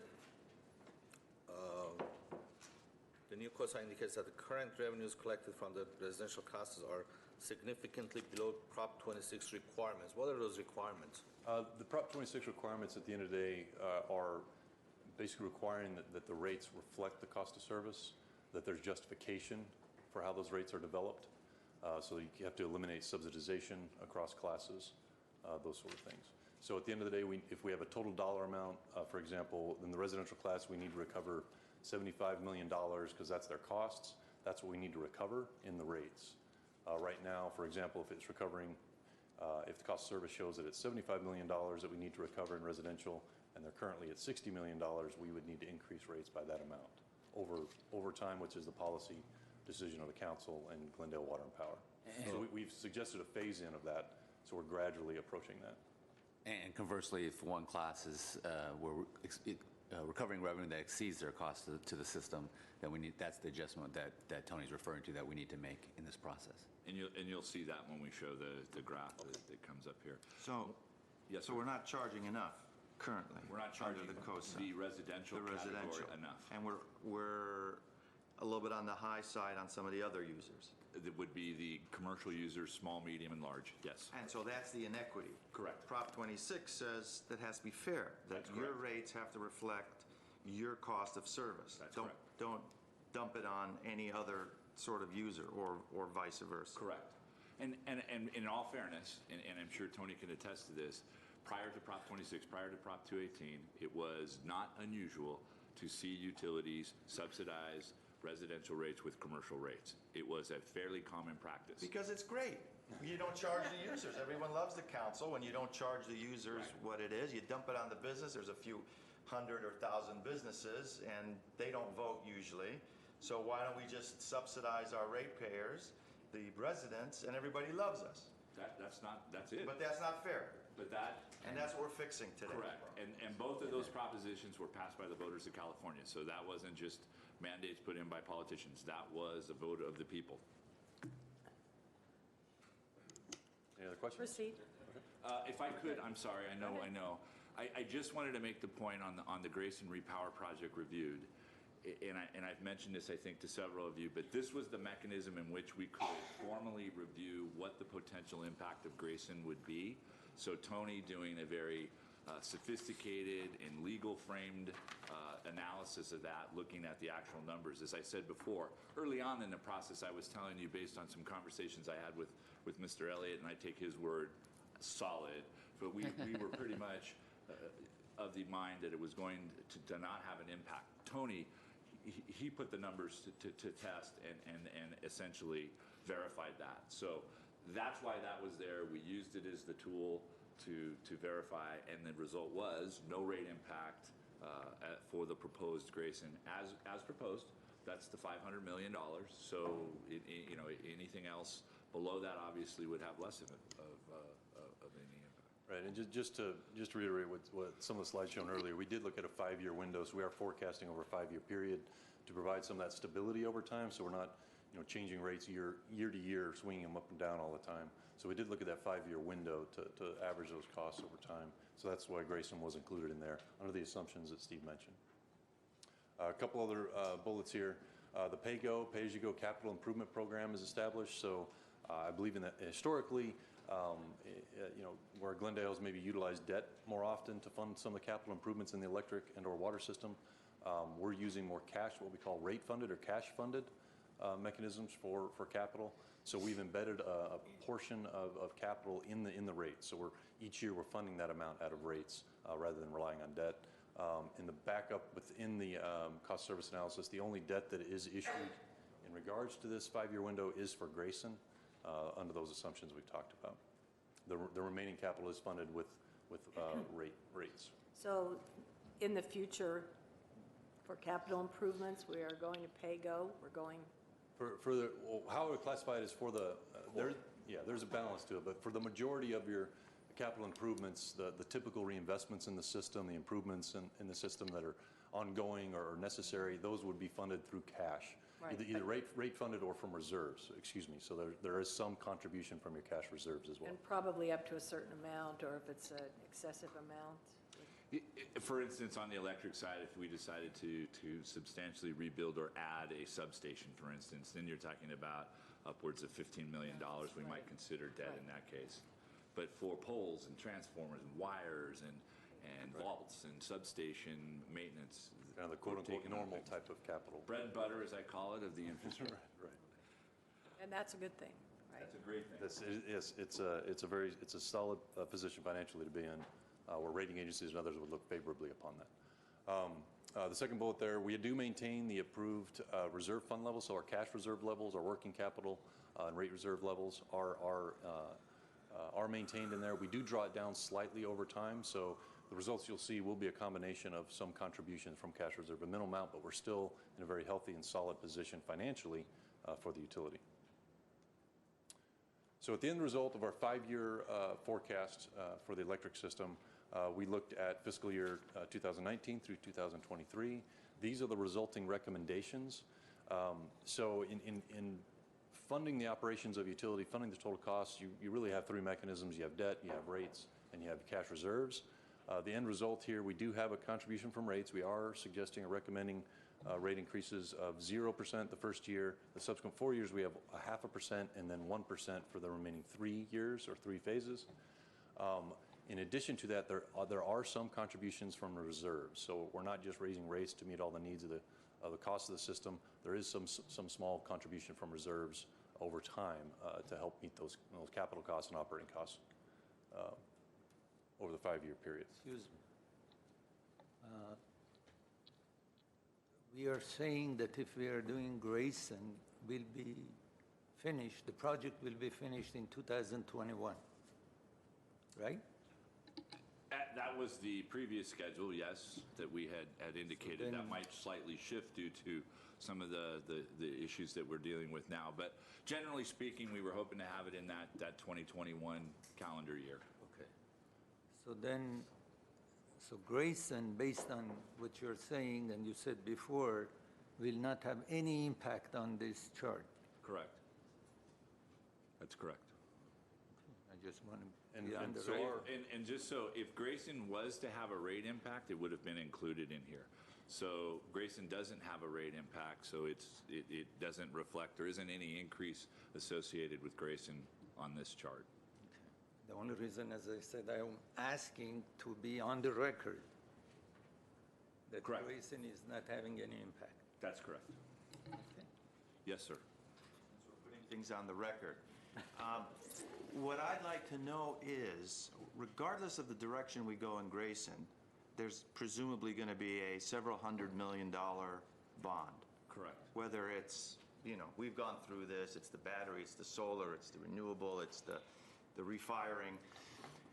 Is the delay that we've imposed, the pause or whatever we call it, is that going to have a financial impact due to interest rates increasing, most likely, almost assuredly increasing? And how many tens of millions of dollars is that going to make a difference because of this delay? Mr. Elliott and I were just talking about that, Yes. so I will. Madam Mayor Pro Tem, members of the council, some of the numbers we have run for the proposed debt service based off a $500 million project fund. The one run was at 3.86% versus 4.16%, about 30 basis points higher, 0.3%. The difference would be about $1.13 million per year for 30 years. So That's extra. Yeah, it'd be about a Extra $34 million difference. Because we're not locking in the bonds now as opposed to, let's say, 6 months from now. If they go up a third of a percent, yes. It would go Is up.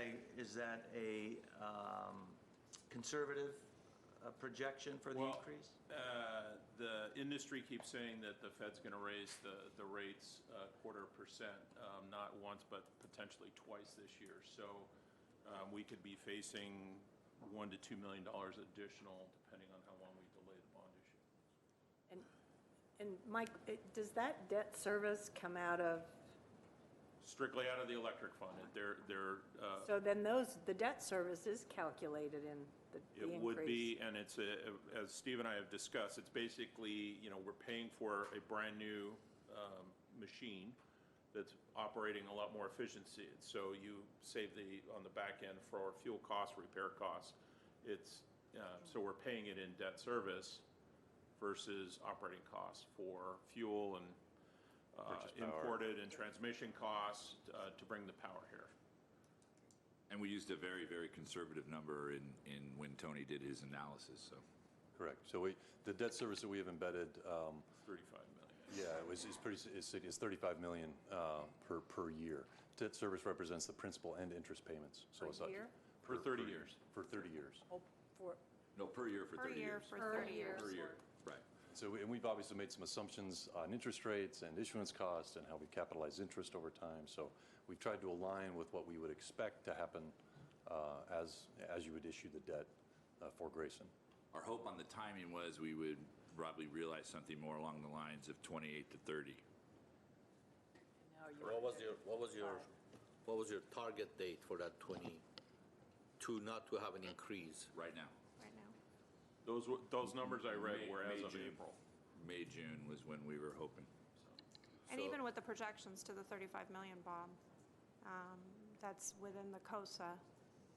We don't anticipate, based on what we're seeing today, that we're going to possibly hit that 35 million, because it is very conservative. Correct. So we think we will be below that 35 million. So somewhere between 30 and maybe 33 million, Yeah. but it all depends on timing and where we are, But and is- how much we're floating out there. But as much as 35 still has no impact on the rates. So that's why we used as conservative a number as we could. That's what Tony used, 35, and it still has no impact. Because what you're saying is we're going to save on, That's how much Yeah. additional money we would save by having new equipment, whatever that equipment is, whether it's thermal generation, whether it's batteries or some other option. Actually, the price could drop. But new equipment versus what we're trying to keep online now is tremendous savings. As you recall, the gas alone, the fuel alone was significantly less to produce the same amount of electricity. And that's one of the biggest costs that we face. And transmission, not having to use transmission. thank you. Sure. So some of the major findings and recommendations. Actually, while we are recommending these modest rate increases over the 5 years, there are actually some benefits in the first 2 years of these rate recommendations. If you recall, we discussed the regulatory adjustment charge up at the beginning. That is one of the pass-through charges. It is currently charged on the bill at just under a penny, 0.76 cents per kilowatt hour. That RAC charge is eliminated as of July 1st of this year, so the beginning of the next fiscal year 2019. So essentially, everyone is getting a decrease on their bill due to the elimination of the RAC. So it's a slight decrease for everyone on the system. In year 2, we actually will, the commercial rates, as we discussed earlier, we are bringing those into alignment with the cost of service, so those are slightly coming down as residential classes come up. But in year 2 through year 5, the commercial rates will begin to come down slowly, while residential customers will experience a small increase of about 3% per year on their bills. To reduce the impacts of the residential customers, we have phased it in over 9 years. The difference between the cost of service results and what we're currently recovering from the residential class is a little over 27%, so there's a substantial difference there. We have phased that in over 9 years at about 3% per year. So we're looking at a 5-year window. So in this case, we're actually only implementing this over 4 years, because in year 1 there's 0% rate increase, but the subsequent years will be 3% is the recommendation until fiscal year 2023. Excuse me, please repeat what you have said again. For the residential class, or? Yes. So the cost of service results showed that the residential class is under recovering by approximately a little over 27%.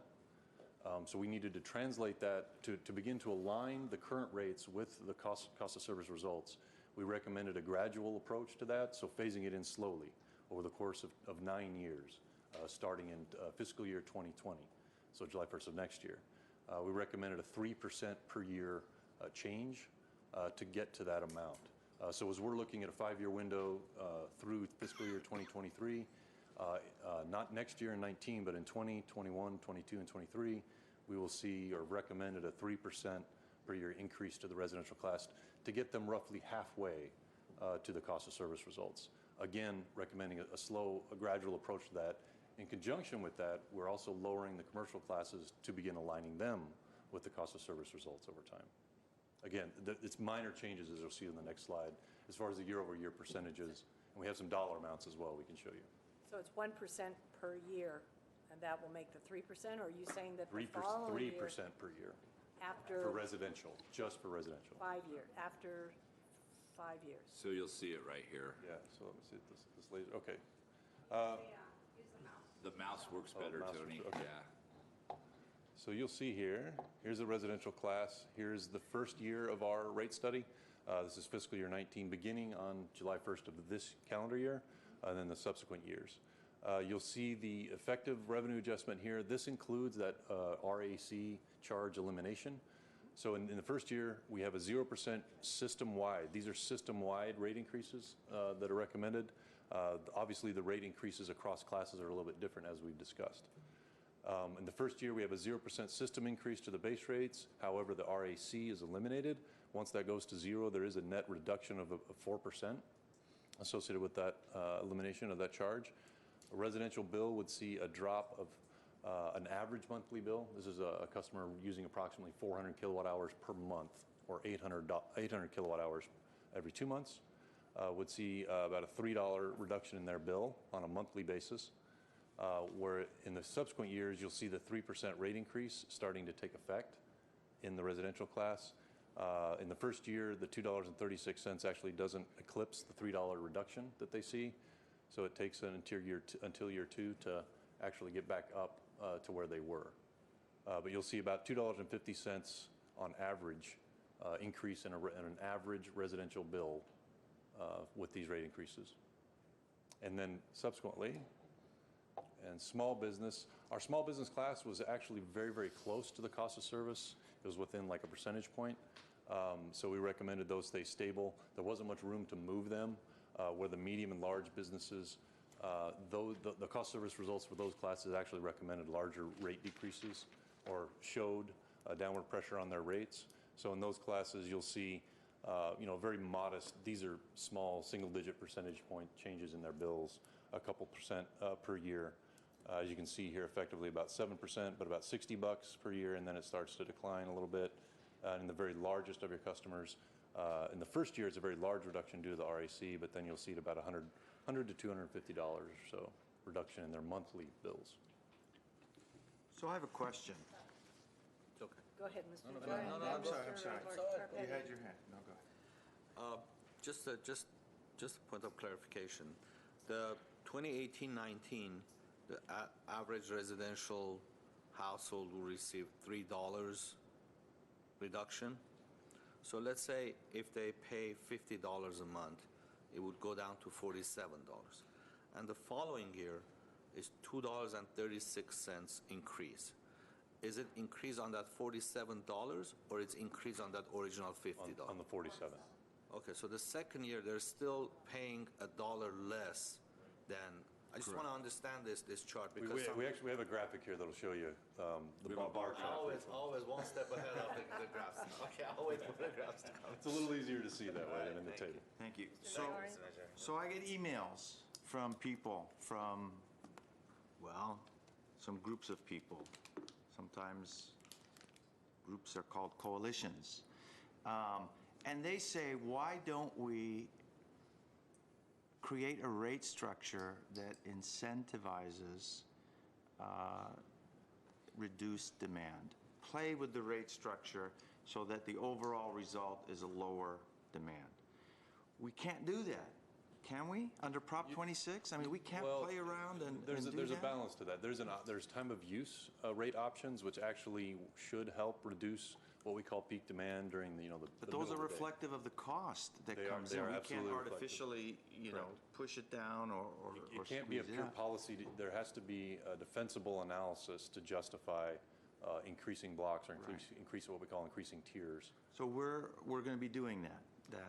Currently in the off-peak. electric system, that is an option in every class. There are time of use rate options, and in the very largest class, large business, it is a requirement for those businesses that are the largest, I think over 500 kilowatt in demand, but it is an option for everybody. I do want to mention though, in the residential class, there are tiers similar to water. There are 2 tiers, and it's very similar across the state of California. The number of tiers kind of varies, what's in your base block and your second and third block kind of varies. But in Glendale Water and Power's situation, there are 3 tiers. First tier being the first 10 kilowatt hours per day. So in essence, if on a 30-day month, it would be the first 300 kilowatt hours would be your first block, and that's at a slightly lower energy rate. The next 300 kilowatt hours per month or 10 kilowatt hours per day are at a higher rate, and then everything above that is that everything goes into that third bucket at the highest energy So rate. on that off-peak, I know the Tesla owners are getting ready. They're ready that they'll be charging that vehicle in the off-peak hours. And let's say that, and it's, I think, very likely that in the next 4 years, 5 years, that's going to be an increased vehicle choice, electric vehicles. And they're all plugging in at that point. The rate then, by economic theory, would have to then fluctuate up again. Not necessarily. The incentives we've created in the time of use rates right now are actually stronger than they are in the current rates. And over time, that ratio or that incentive actually increases for people to shift. And if they do, that's fine. There's such a differential between the on and off peak. It would take an enormous. You never say never. But I can't imagine a situation currently where we have a peak at night just because of electric vehicles. Let's say that 50% of people are plugging in. And at night, what kind of energy is that? That's not solar. No, it's some wind. It can be fossil, fossil and renewable. Coal. So at night, not in California. Not in California. Not for us. Yeah. Only 4%. Coal's no longer an option. But it would be thermal. Well, we have 4%, don't we? It could be stored. If you had storage, you could store it until that period of time. If you had it during the day when it's cheap. In other words, ideally, solar is really cheap during the middle of the day. Store it and then let it go at night. Most energy we buy is cheap at night, right. But you can also generate. Thank you. So when we're doing this, let's keep that in mind. I mean, it's a valid point that we should be creating rate structures, and as you said, we're sort of doing that with the two-tier, that incentivize conservation. I mean, higher rates in itself incentivizes conservation. Right. So let's talk about that. Let's everyone know that we're all on that page. All of us are on that page. We want to conserve. We want to protect the environment. And to the extent that these rates, we have any leeway in these rate adjustments, let's make sure that that's perhaps not the primary goal, but certainly one of our goals, aside from maintaining a viable system, reliability, all the capital improvements necessary. Let's not throw out the green side of us. No. I have some green in me. I don't know if anybody's watching. Absolutely. Despite what's been said, in the newspapers and the videos, and I'm, Smokey the Bandit or whatever. I do think that's something that. No, it's an excellent point, and I think that tiered rates are the mechanism to do that, and in some cases people will take those second and third tiers and really increase them. And then try to keep people in that, and you keep a nice incentivized rate in the low tier. But we can certainly look at that. We've been pretty conservative in our tiering, I would say. Yeah, Tony would know better. But we could break from that and start to say, hey, you go over, for instance, currently, you go over the 20 kilowatt hours in a day period, you're going to pay double. I'm just throwing something out. You could actually start to talk about that, and we could certainly set the rates that way. Any final questions on this table? I think the one thing I wanted to mention here is just, again, to look at that cumulative change, and this is where Tony's talking about the Prop 26, and Councilmember Najarian certainly covered that as well. You see the proposed revenue adjustment system-wide is a 3.6 cumulative, but you see it's much higher than that in residential and significantly lower than that in the commercial, and that's where we begin to get that smoothing or that equity that Prop 26 is requiring us to do. And just for context here, we've had a question in the past, what's kind of the makeup of the system? You may already know this or likely do. The residential customer class is from a revenue standpoint, is roughly 30-33%. The small and medium are roughly 30-33%, and then large commercial are similar, a similar amount. So you have about a third, in very, very rough numbers, and we had looked to take a look at that. So that's what gives way to that kind of distribution of the percentages. So while the revenue is pretty even over the classes, there's 74,000 meters in residential. So when you look at cost of service and what it takes to maintain 74,000 meters versus large business, which is probably about 230, there's a big difference. And that's really what the impetus for spreading those costs is. And I just want to make another point. This is a Prop 26 equalization. There's been some folks that have immediately looked at this and said, I don't think we should, have residential subsidize commercial. That's not what's happening. It's actually the opposite of that, and we're trying to correct that, albeit over a period of time, so that we're compliant. Slide here, this is just on the electric load for the system. So this is system-wide. The three bars on the left, fiscal year 2015, 16, and 17, are actual numbers for Glendale, the Glendale electric system. Then subsequently, the fiscal year 18 through 23 are projected. What I want to call your attention to is just basically how flat this is overall. Again, very representative of industry-wide trends across the country, let alone in California. In California, we're actually seeing very stable, very modest load increases or projections of maybe certainly less than 1%, around 0.5% to 1% roughly, and in some cases even a declining load in some utilities and some service territories. So again, just noting that similar to water, conserve, conserve, conserve, our loads are basically not growing any longer. Thus, we're conserving more. Our rates are going up because we have to pay for this essentially the same amount of costs. So this is the bar chart I alluded to earlier. This is an average monthly residential bill, and I know obviously here in Glendale we have bi-monthly billing, but this is on a monthly basis. So this is a 404 kilowatt hour customer. This is kind of a representative or quote unquote average consumption for a residential class. In that first year, you'll see the 2018 current rates. This purple amount reflects the fixed charge or the customer charge. This blue amount of $64.69 represents the variable charge or the energy charge that is a kilowatt hour charge to the residential class.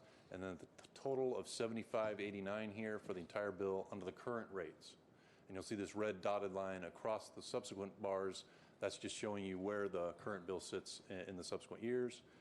In fiscal year 19, you'll see essentially the same bill but a slight reduction, same fixed charge, but as a reduction in that variable charge. That's that RAC charge being eliminated.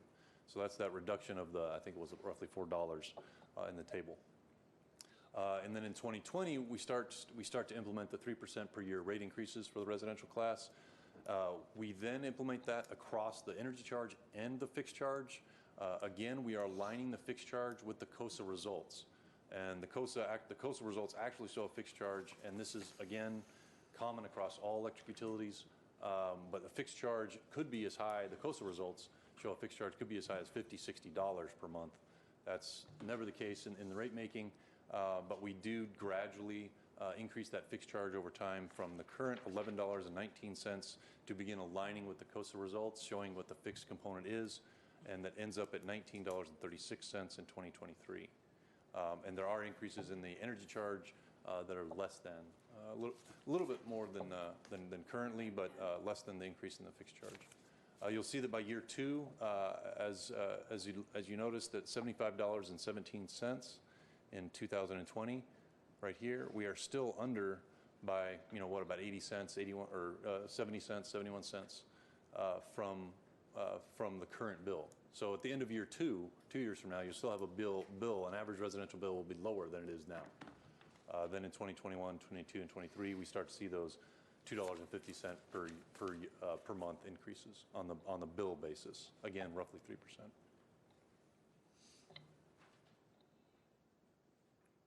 This is the low income, similar graph, but for low income.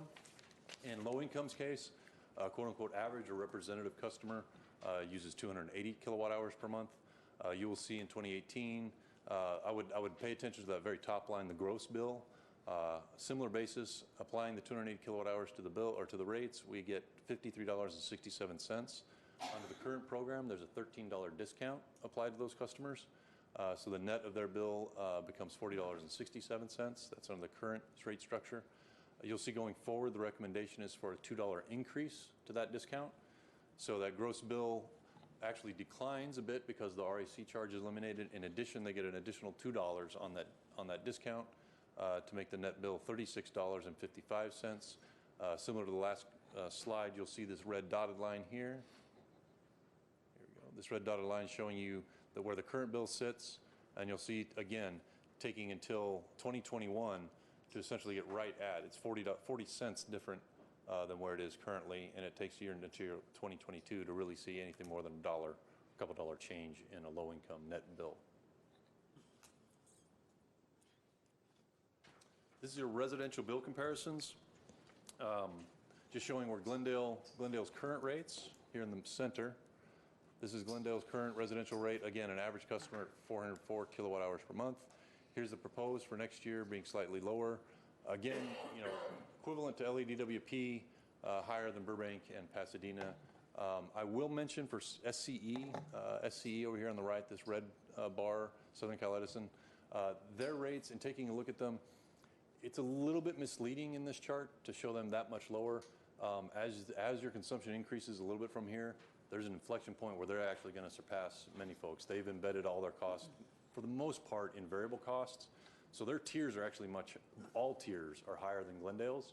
So as you use more across the board, if you're a smaller user, you're paying more for the variable charge. They also have a minimum bill, so it's a little bit misleading. As you would get higher, Southern Cal Edison's bill would get substantially, it increases at a higher rate than Glendale's would.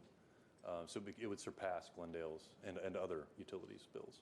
So Tony, something along the lines of what Councilmember Najarian was talking about, Edison has effectively done by altering their tiers to make it a financial penalty, if you will, financial disincentive to use more electricity. Also, just to point out, as I recall, SCE is not obligated by Proposition 26. Right.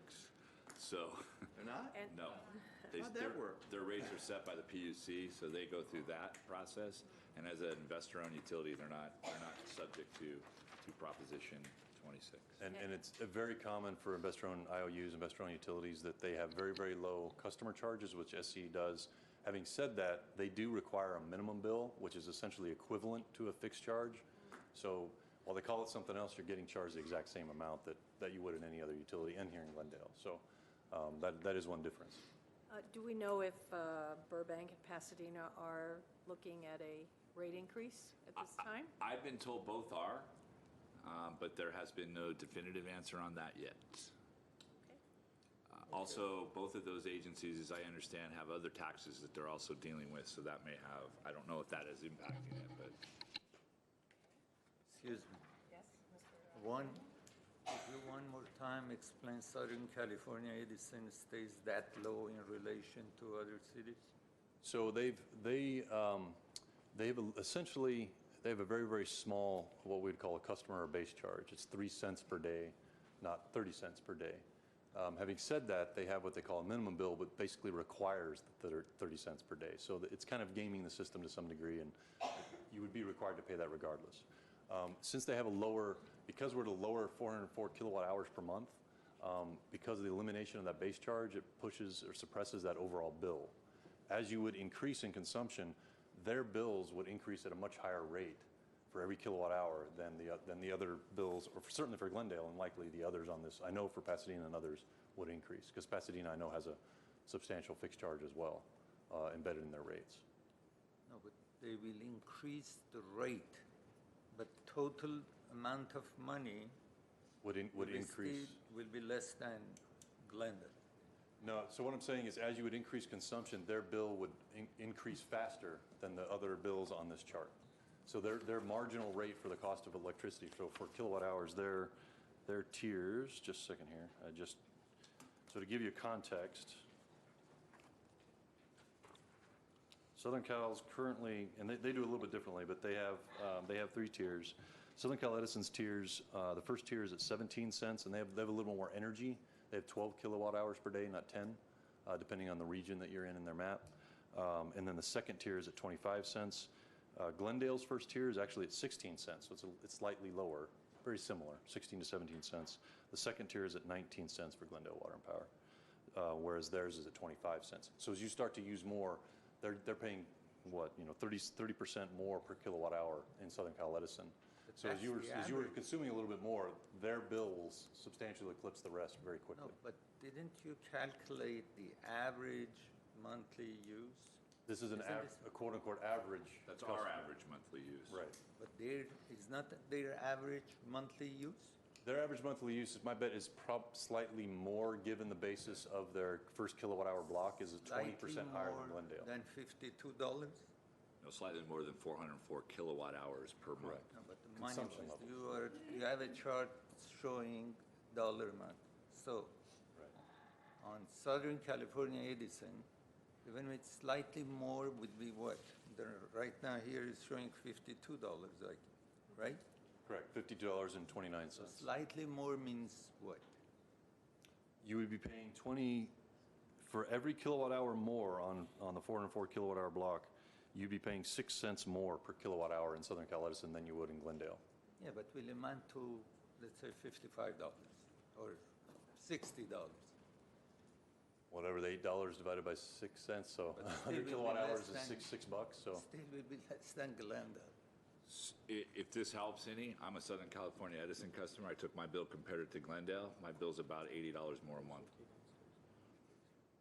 If I lived in Glendale and paid, and I used the same amount of energy, I'd be about $80 more, less a month than I am with Edison. And believe me, it ratchets up quick. So that $52, I've never in my entire adult life seen $52. I don't even know where that comes from. And believe me, in the middle of August, and I have a kid at home, that's a $500 bill.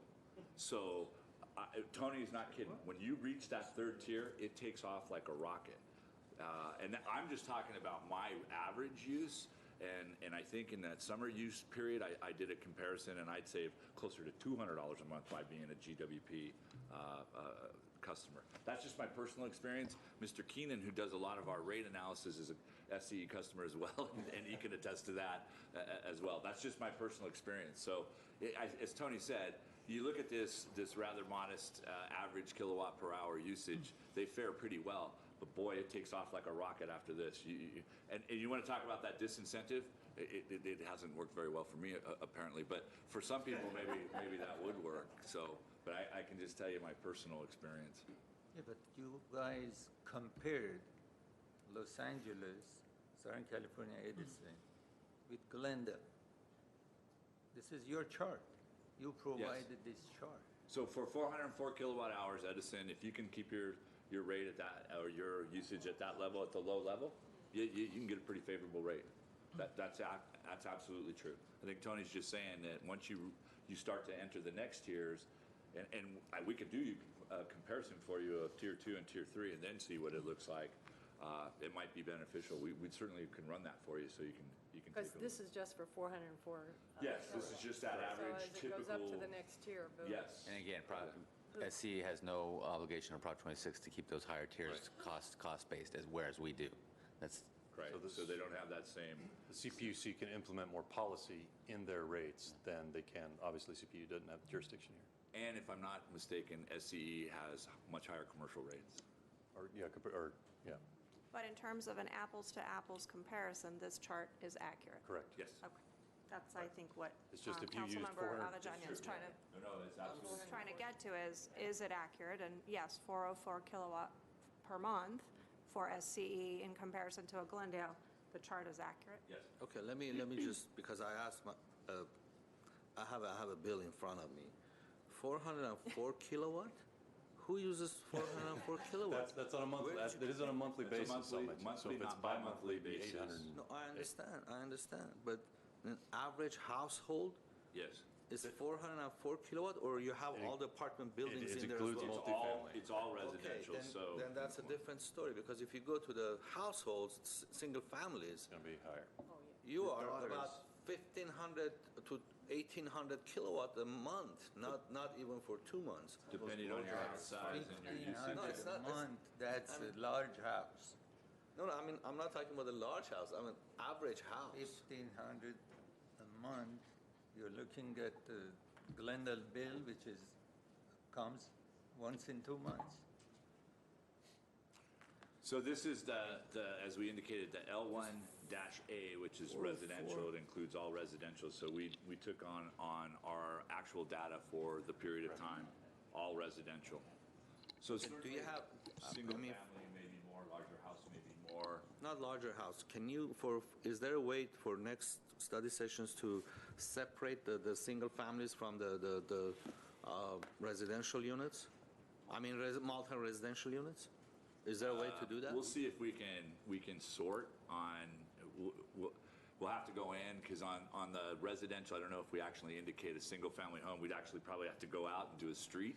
Yeah, And then look at the addresses that way. we attempted to, and with the AMI system, it provided us an enormous amount of information, again, for this COSA that helped defend the results. But I think in the new billing system associated with it, we actually were digging into that, and we're trying to separate single-family, multifamily. And at our first cut, we weren't able to find the identifier to separate those bills or those customers. But as Steve said, I mean, we're more than happy to look. That would be very helpful. And I Door to door. I'm not volunteering to go door to door, but I'll definitely volunteer to look at the database. We'll figure something out. But just a little bit of the explanation on that is by code, every resident has to have an electric meter, regardless of whether it's multifamily or not. That's not the case in water. So a lot of the times in water, while you see a multifamily rate versus a single-family rate, is a multifamily building will have a single meter, and it goes in, and then we assess the charge. Usually the building owner, property manager takes that and then puts it out. Single family has an individual meter. In electric, everybody has a meter, so we have one residential class. No, I understand, but when you compare a one-bedroom apartment that has a meter with a two-bedroom or three-bedroom single-family house, and you combine them and you average them, then that's why you get that 404. Right. So let us see if we can put something together for you. And let me take that opportunity to also mention any Glendale Water and Power customer who would like to have their bill analyzed. In other words, bring your current bill, and we will then project off that. Or actually, if you give us your account, we'll look at your previous year's usage, and we'll project the new rates and tell you exactly what you can expect. We'd be happy to do that for you. I was going to bring that up because I think Absolutely. that's a great, We'd be happy to do that for you. Rate calculator, we will do it for Mr. Galanian's wastewater rates as well. So water, electric, or wastewater, bring them in and we'll help you. All right. Okay. thank you. I have one card. Mr. Culver, you want to come up?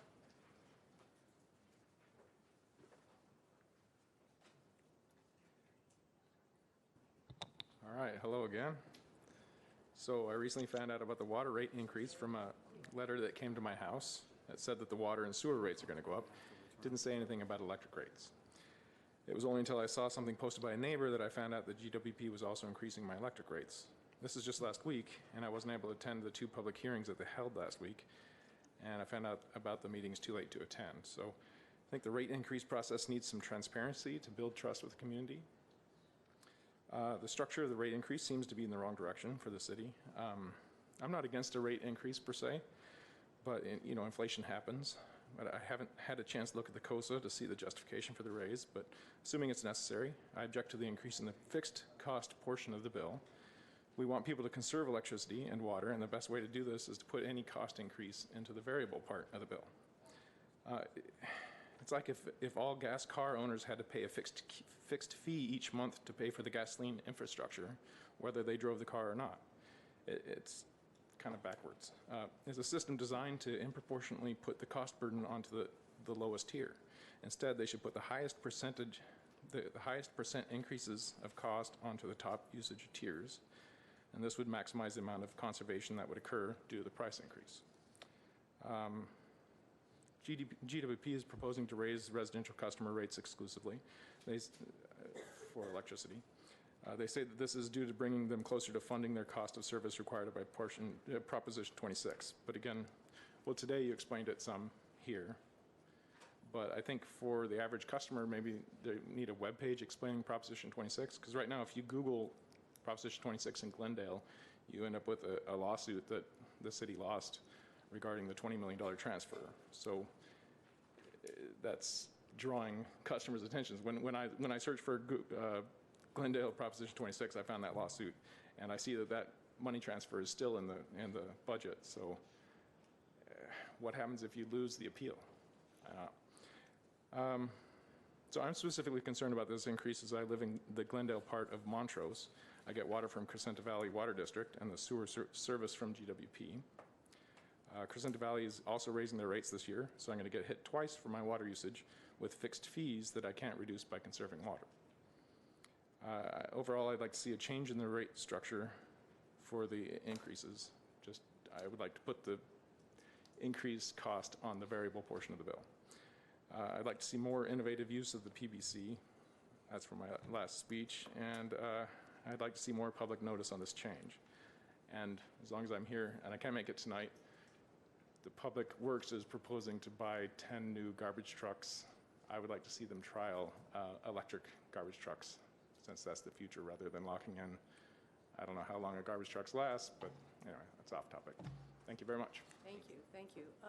I just want to say I understand that the public was not notified of the electric scheduling or rates Well, in the, is that true? Well, Is that no, true? I think there needs to be a distinction Yes, here. please. Is Proposition 218, only 218, requires a specific letter go out. So that's why we sent 2 letters out, one for wastewater, one for water. That's just telling that we have to notify the public of that.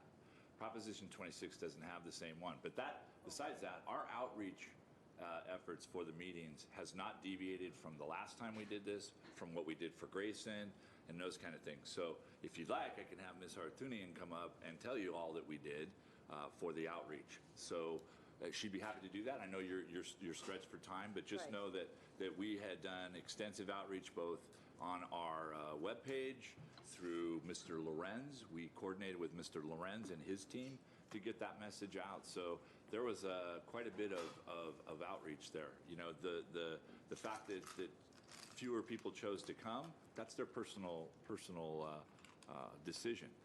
So, you know, that's where it is. On the note of Prop 26, I just want to mention this. Prop 26 doesn't apply to just Glendale, but we have, and I did this as a staff exercise, just said, can you look up Prop 26? And in about 2 seconds, you get a full description of what it is.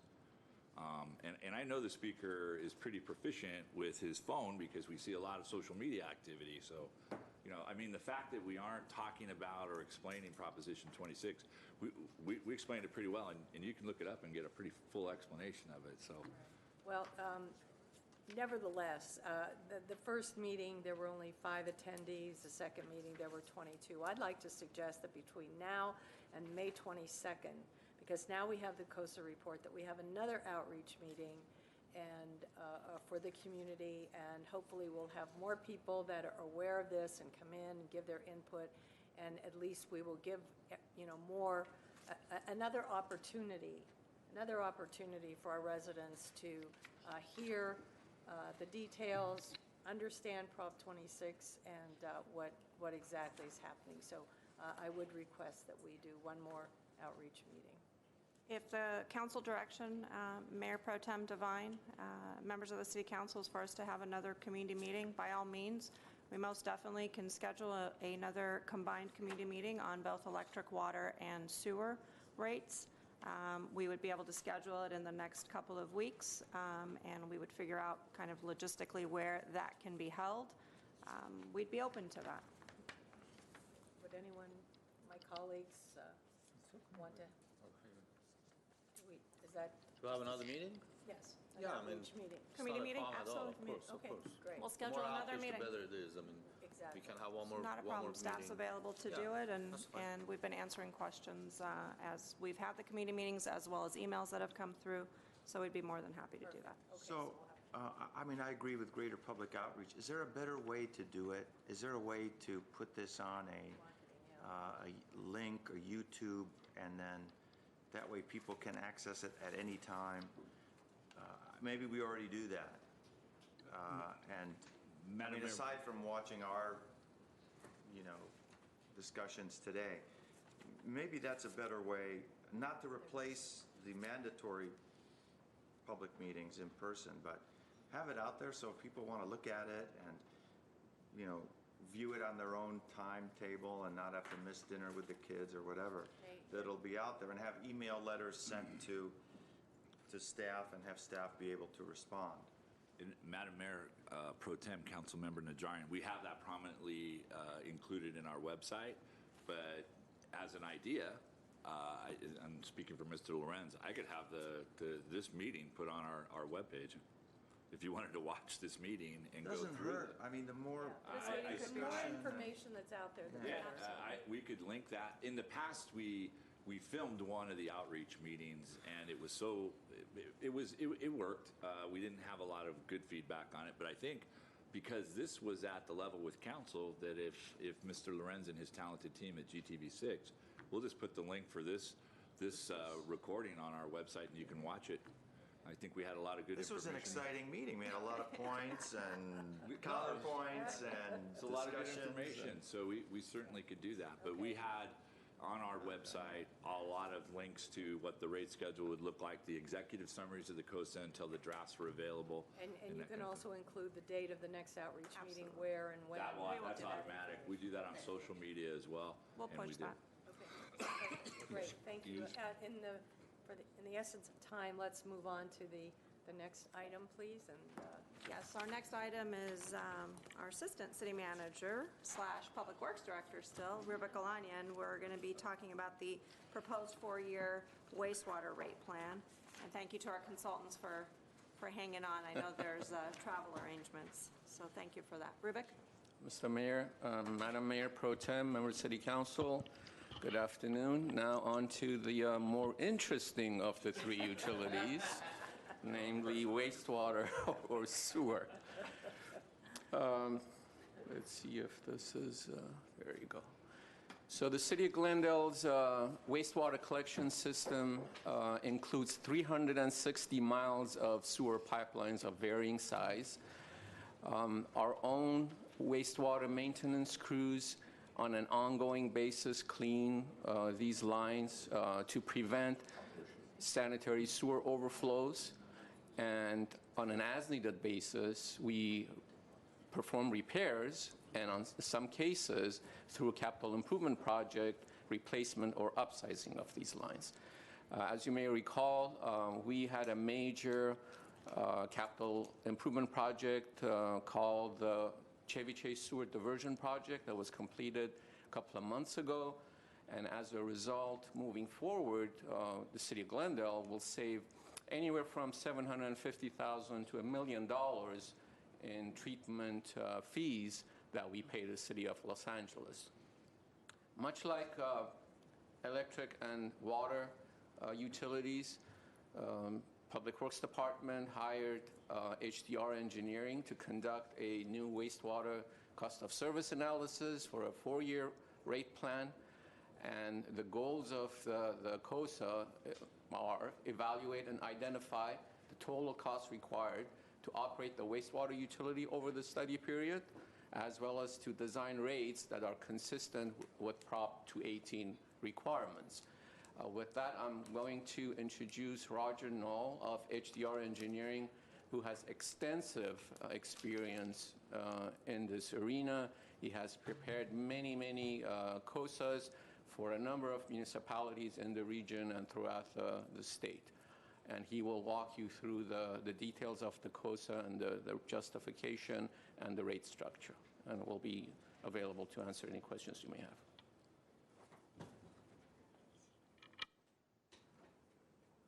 Thank you. Thank you. So a little old school, I still have paper, but I brought my brain just in case. So I want to talk a little bit about, just give a quick overview of the Glendale's wastewater system. Rubik talked about some of the big picture items. Clearly, as he mentioned, we have about 360 miles of sewer that we're maintaining here locally. We collect that wastewater from homes and businesses in Glendale. We convey them somewhat southwesterly towards the Glendale border, where it's treated either at the LA Glendale Water Reclamation Plant, a facility co-owned by Los Angeles and Glendale, or it's conveyed some 19 miles to El Segundo for the Hyperion wastewater treatment plant.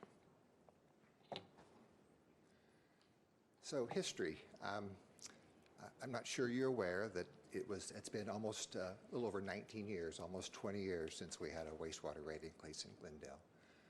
The rates that are currently in place are as follows. So note that we also have a very small fixed charge that we charge on the electric meter, $2.30. Our single family rate is not a fixed rate like many communities. We actually have a winter water usage rate, and I'll talk about that a little bit more in a moment. Multifamily is a flat charge. In addition to the fixed fees, all the customers will have a cost per discharge, if you will. And then note that we have a few categories of commercial, low strength, medium, and high strength. All wastewater is not the same, and our cost to treat that wastewater obviously is also not the same. So we have created a classification of those commercial accounts by strength category so that we can fairly recover those costs of excess treatment. The good news is for the COSA today, we found that the equity among these customer classes is still the same as it was some 19 years ago. So we don't have a rate restructuring challenge that we're going to have to go through, or issue or complication. It's really just, are we generating enough revenue, and how do we recover more?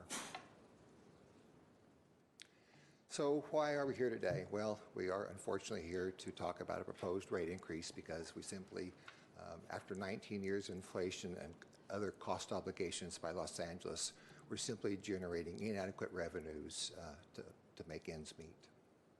Those ends meet are a couple different parts. There are local costs for the maintenance, repair, replacement of those 360 miles of buried infrastructure, again, as well as the cost of treatment, really uncontrollable costs from Los Angeles for both the amalgamated system as well as the LA Glendale plant. So a brief calculation on a typical single-family bill and how that works, so we can translate that into a change in rate and how that'll affect customers in the future. So a typical single-family bill is based on an average winter water usage of 800 cubic feet a month. That's about 6,000 gallons a month that a single-family home would be discharging in wastewater. And so what is winter water, and why is winter water applicable? Well, winter water is essentially the water during the period of December through March for that billing cycle, where irrigation in Glendale is minimal by a single-family home. So it's the best representation of really what a single-family home is discharging in wastewater. So the calculation of the bill would then be the fixed charge, the monthly charge of $2.30, plus the product of the 800 cubic feet per month, times the unit rate of $1.23 per HCF, or 100 cubic feet, to get a current bill of about $12.14 per month for a typical single-family home. So, as we mentioned, that was 19 years ago. Current customers are still paying $12 and some change a month if they're using HCF. So what would have happened had Glendale increased the rates by some inflationary element, say 3%? Well, in simple terms, this mouse on this desk is a little tricky, isn't it? So the $12 today inflated over 19 years. A typical single-family home would have actually saved that annual increase and saved about $1,000.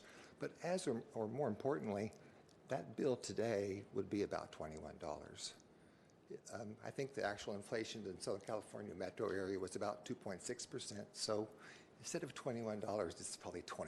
So, slightly rounding. So the point of that really is we have a substantial pent-up cost escalation associated with both local costs as well as the big cost, which is treatment capacity or treatment provisions. So if I might.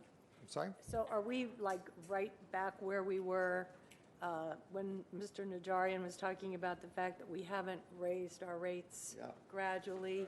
Started in 1999. Yeah. Started in 1999. We have the document. Yes, ma'am. And now they're going to, now we have to lower the boom, huh? Right. So water and electric apparently have moved in that direction. It's now sewer's turn. The good news, really, if there is a good news there, is that sewer is a really efficient and inexpensive utility in Glendale. Current rates, single-family home pays about 40 cents a day to operate, maintain 360 miles, convey wastewater 20 miles towards the ocean, get it treated meeting EPA standards for 40 cents a day. Even with rate increases, that'll be less than 75 cents. So, but nonetheless, it has been 19 years, and we do have costs we have to take care of. Those costs primarily are in two parts. Narratively, the LA Glendale plant and the amalgamated system. And so let's walk through some of those. So two cost components. The top portion of the chart is operation and maintenance, and you can see by this total row, those costs are not overly onerous. They're somewhat inflationary. It's the big costs of capital improvements that are really causing the impact today that we simply can no longer, I'll say, kick that can down the road. In particular, if you look at these highlighted red numbers here for the LA Glendale plant, in the next 2 years, Los Angeles is looking to invest Glendale's share of $20 million at LAG. When you can see on both sides of those numbers, we're typically spending $1-2 million a year. When you add that to the amalgamated system, which is the system of the whole regional area of LA County, you can see that we're now looking in this 2-year period to spend almost $28 million that we simply don't have the cash funding to be able to pay for that amount of cash in a pay-go way. And you can see historically, we've been paying in this $3 to $7 million type of a year number. It's simply a financial cash flow obligation we cannot absorb. So what's going on at LAG? Well, first of all, our original agreement with Los Angeles dates back to the 20s. The LA Glendale plant was a cooperative agreement that we built and constructed with Los Angeles in 1973. The plant's an old plant. It's served its purpose and has more legs left, but it needs some upgrade. The two biggest upgrades that are proposed by Los Angeles, and these will be Glendale's share, is an effluent equalization project, about $9 million, which would take wastewater, equalize it so we can move it more easily, efficiently, uniformly through the plant, actually get more output, get more recycled water. And then secondly is the administration building. The admin building, again, since 1973, so it's 45 years old. And most importantly, it now needs refurbishing to be able to accommodate substantial new SCADA or telemetry equipment, as well as completely refurbish the laboratory to meet the EPA testing that must go on at LagWork.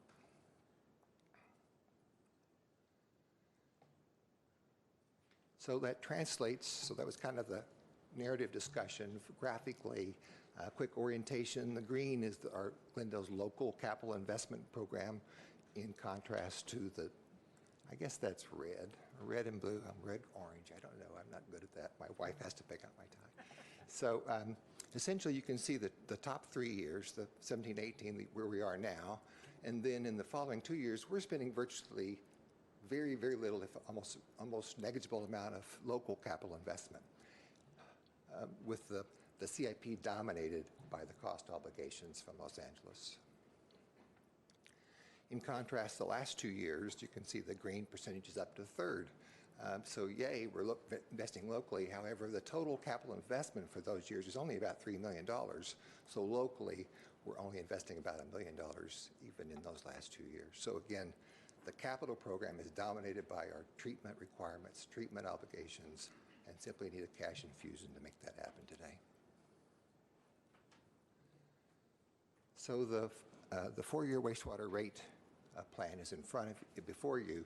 So the current rate is shown in blue. The proposed rates for each of the next 4 fiscal years are to the right. You can see that year 1 is essentially the primary increase. We've got to kind of right the ship, get the revenues to pay costs, avoid a negative fund balance in the next 2 years, and then essentially inflationary-oriented rates over the following 3 years of the rate plan.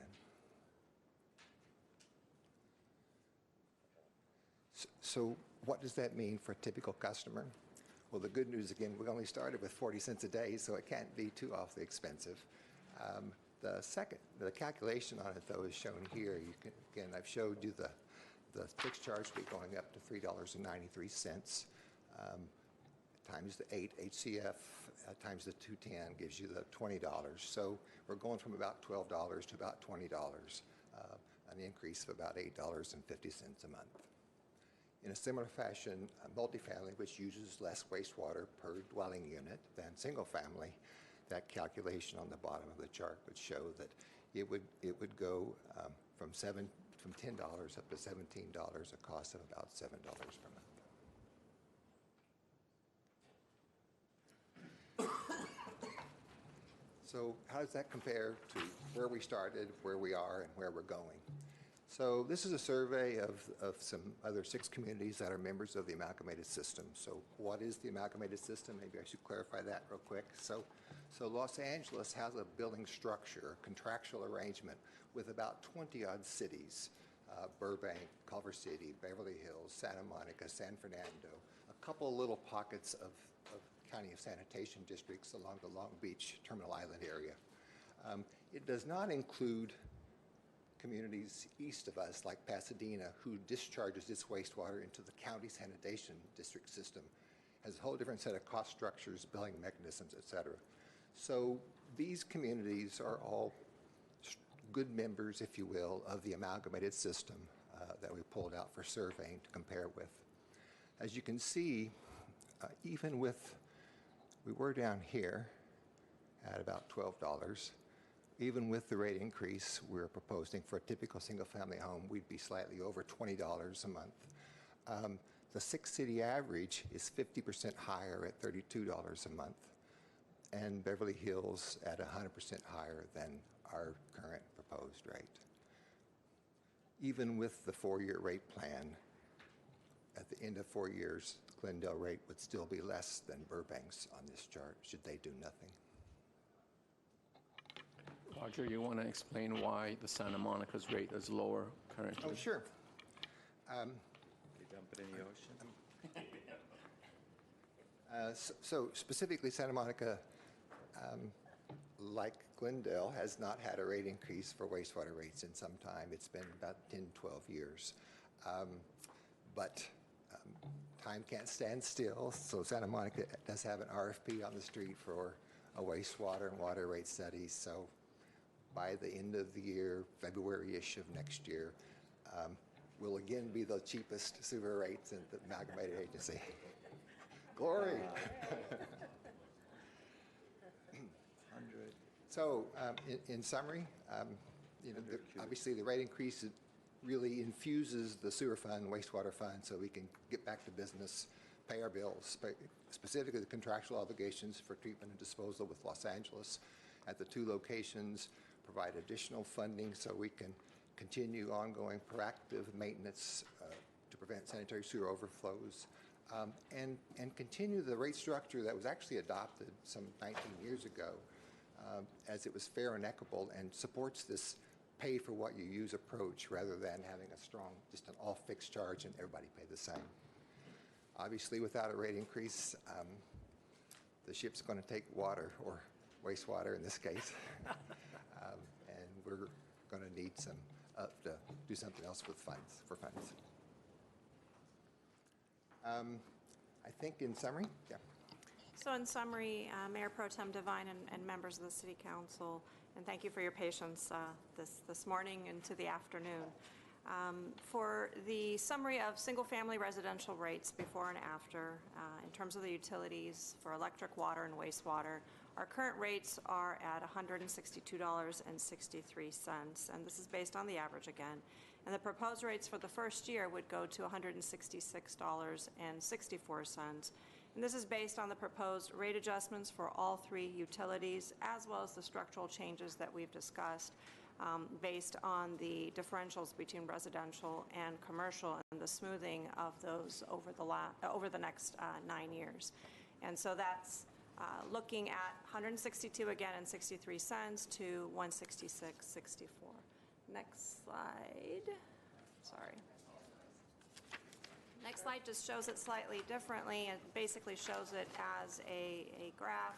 Again, same thing in terms of electric, current 75.89. In the first year, it goes to 72.82. Water from 74.60 to 73.09. And current for wastewater, you're at 12.14, and it goes to 20.73 for 2018-19. And again, the total monthly, you would see a $4, a little over $4, $4.01 between the current and the proposed in the first year over the 3 utilities. And again, this is based on the average single-family residential. With the information that Mr. Garpetin also brought up, we will look at some of the other single-family homes in comparison to I'm sorry, just so this is, when it says single-family residential rates, it's not just single-family, it's multi-family included in there. Correct. Yeah, because I don't know any single-family that the electric bill is $75 a month. And we're going to try and extrapolate some of that information based on the comments you had brought forward earlier and see if we can do that as part of the AMI system. Next slide. So meeting schedule, as we discussed earlier, May 2nd, we had a community meeting at the Adult Rec Center. On the 3rd, we had one at Spar Heights Senior Center. Today is your budget study session number 2. We will add a community meeting as proposed by Mayor Pro Tem Devine. And to note, we're also having another Glendale Water and Power Commission meeting, so that would add 2 really community meetings before the May 22nd Prop 218 hearing for the new utility rates as well as the rate adoption. And then we would look at an effective date, if approved by council, of July 1st, 2018. And then moving forward onto the next slide, based on the calendar coming forward, we had our first budget study session, which was last week, and we discussed our general fund budget, revenues and estimate opportunities, organizational profile, our summary of all funds, and the departmental dashboards. Today, as you know, we discussed the PBC as well as electric, water, and wastewater utility increases. Next week, we plan to have the capital improvement projects before you, citywide fee discussion. We will follow up on any items that have been brought up in the last 2 budget study sessions, including today.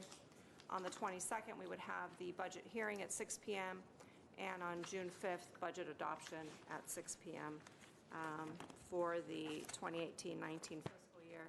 And with that, Mayor Pro Tem Devine, members of the City Council, that concludes our presentation for budget study session number 2. Okay, I have one question before we conclude. It's on the chart, this particular slide. You have today's meeting at 9, and it was at 10. I just want to make sure that next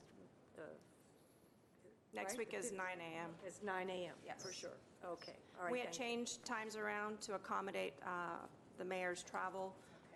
That's why it was at 10 a.m. today, but next week we plan to go back to 9 a.m. And for those watching, the mayor will be in attendance via phone this evening for our city council meeting. I want to thank staff and, Mr. Garpetian, did you have a comment? I have one question after you're No, done with that's your okay. Go ahead. I'm just Thank going you. to conclude. On the water, we have 4 tiers right now. You said you're gonna get rid of the 4th tier, and it's gonna be only 3 tiers. Correct. So what would that do to the rates? Will stay the same for the 1st, 2nd, and 3rd tier, or the rates are gonna change? They're going to adjust. Let's see. I've put everything away. So the 4 tiers currently, there we go. Do we have a So the slide current for it? 4 tiers are 6. Was this part of our presentation? No, this was what we went off of some data based on the question of Councilmember Agajanian. So the currently, first tier at that's a 600 cubic feet is $2.57, and then above that the next tier goes to $3.19, then to $3.63, then to $4.42. The proposed 3 tiers start at the first tier is 8 HCF or 100 cubic feet. That's $2.64. Tier 2 goes to $3.88, and tier 3 goes to $4.03. Yeah, that's. And what is the 2nd tier? First tier is 8 HCF. What is the 2nd one? 15. 15? Yes. Goes from 12 to 15. From there on, it's 15, anything Over over Anything 15. over is you pay that 3rd tier. okay. Any others? Thank you. Okay. Anyway, I want to thank staff for all the work that you've done on this particular, these items for today's budget session. I want to thank the consultants for sticking around and for being here and adding. I think we had good information today for the public.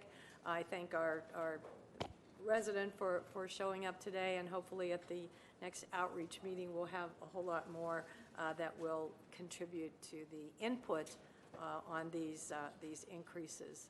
And so with that, Our next item is adjournment. Do I have a motion? So moved. Second? Second. We're adjourned, 1:02. Thank you.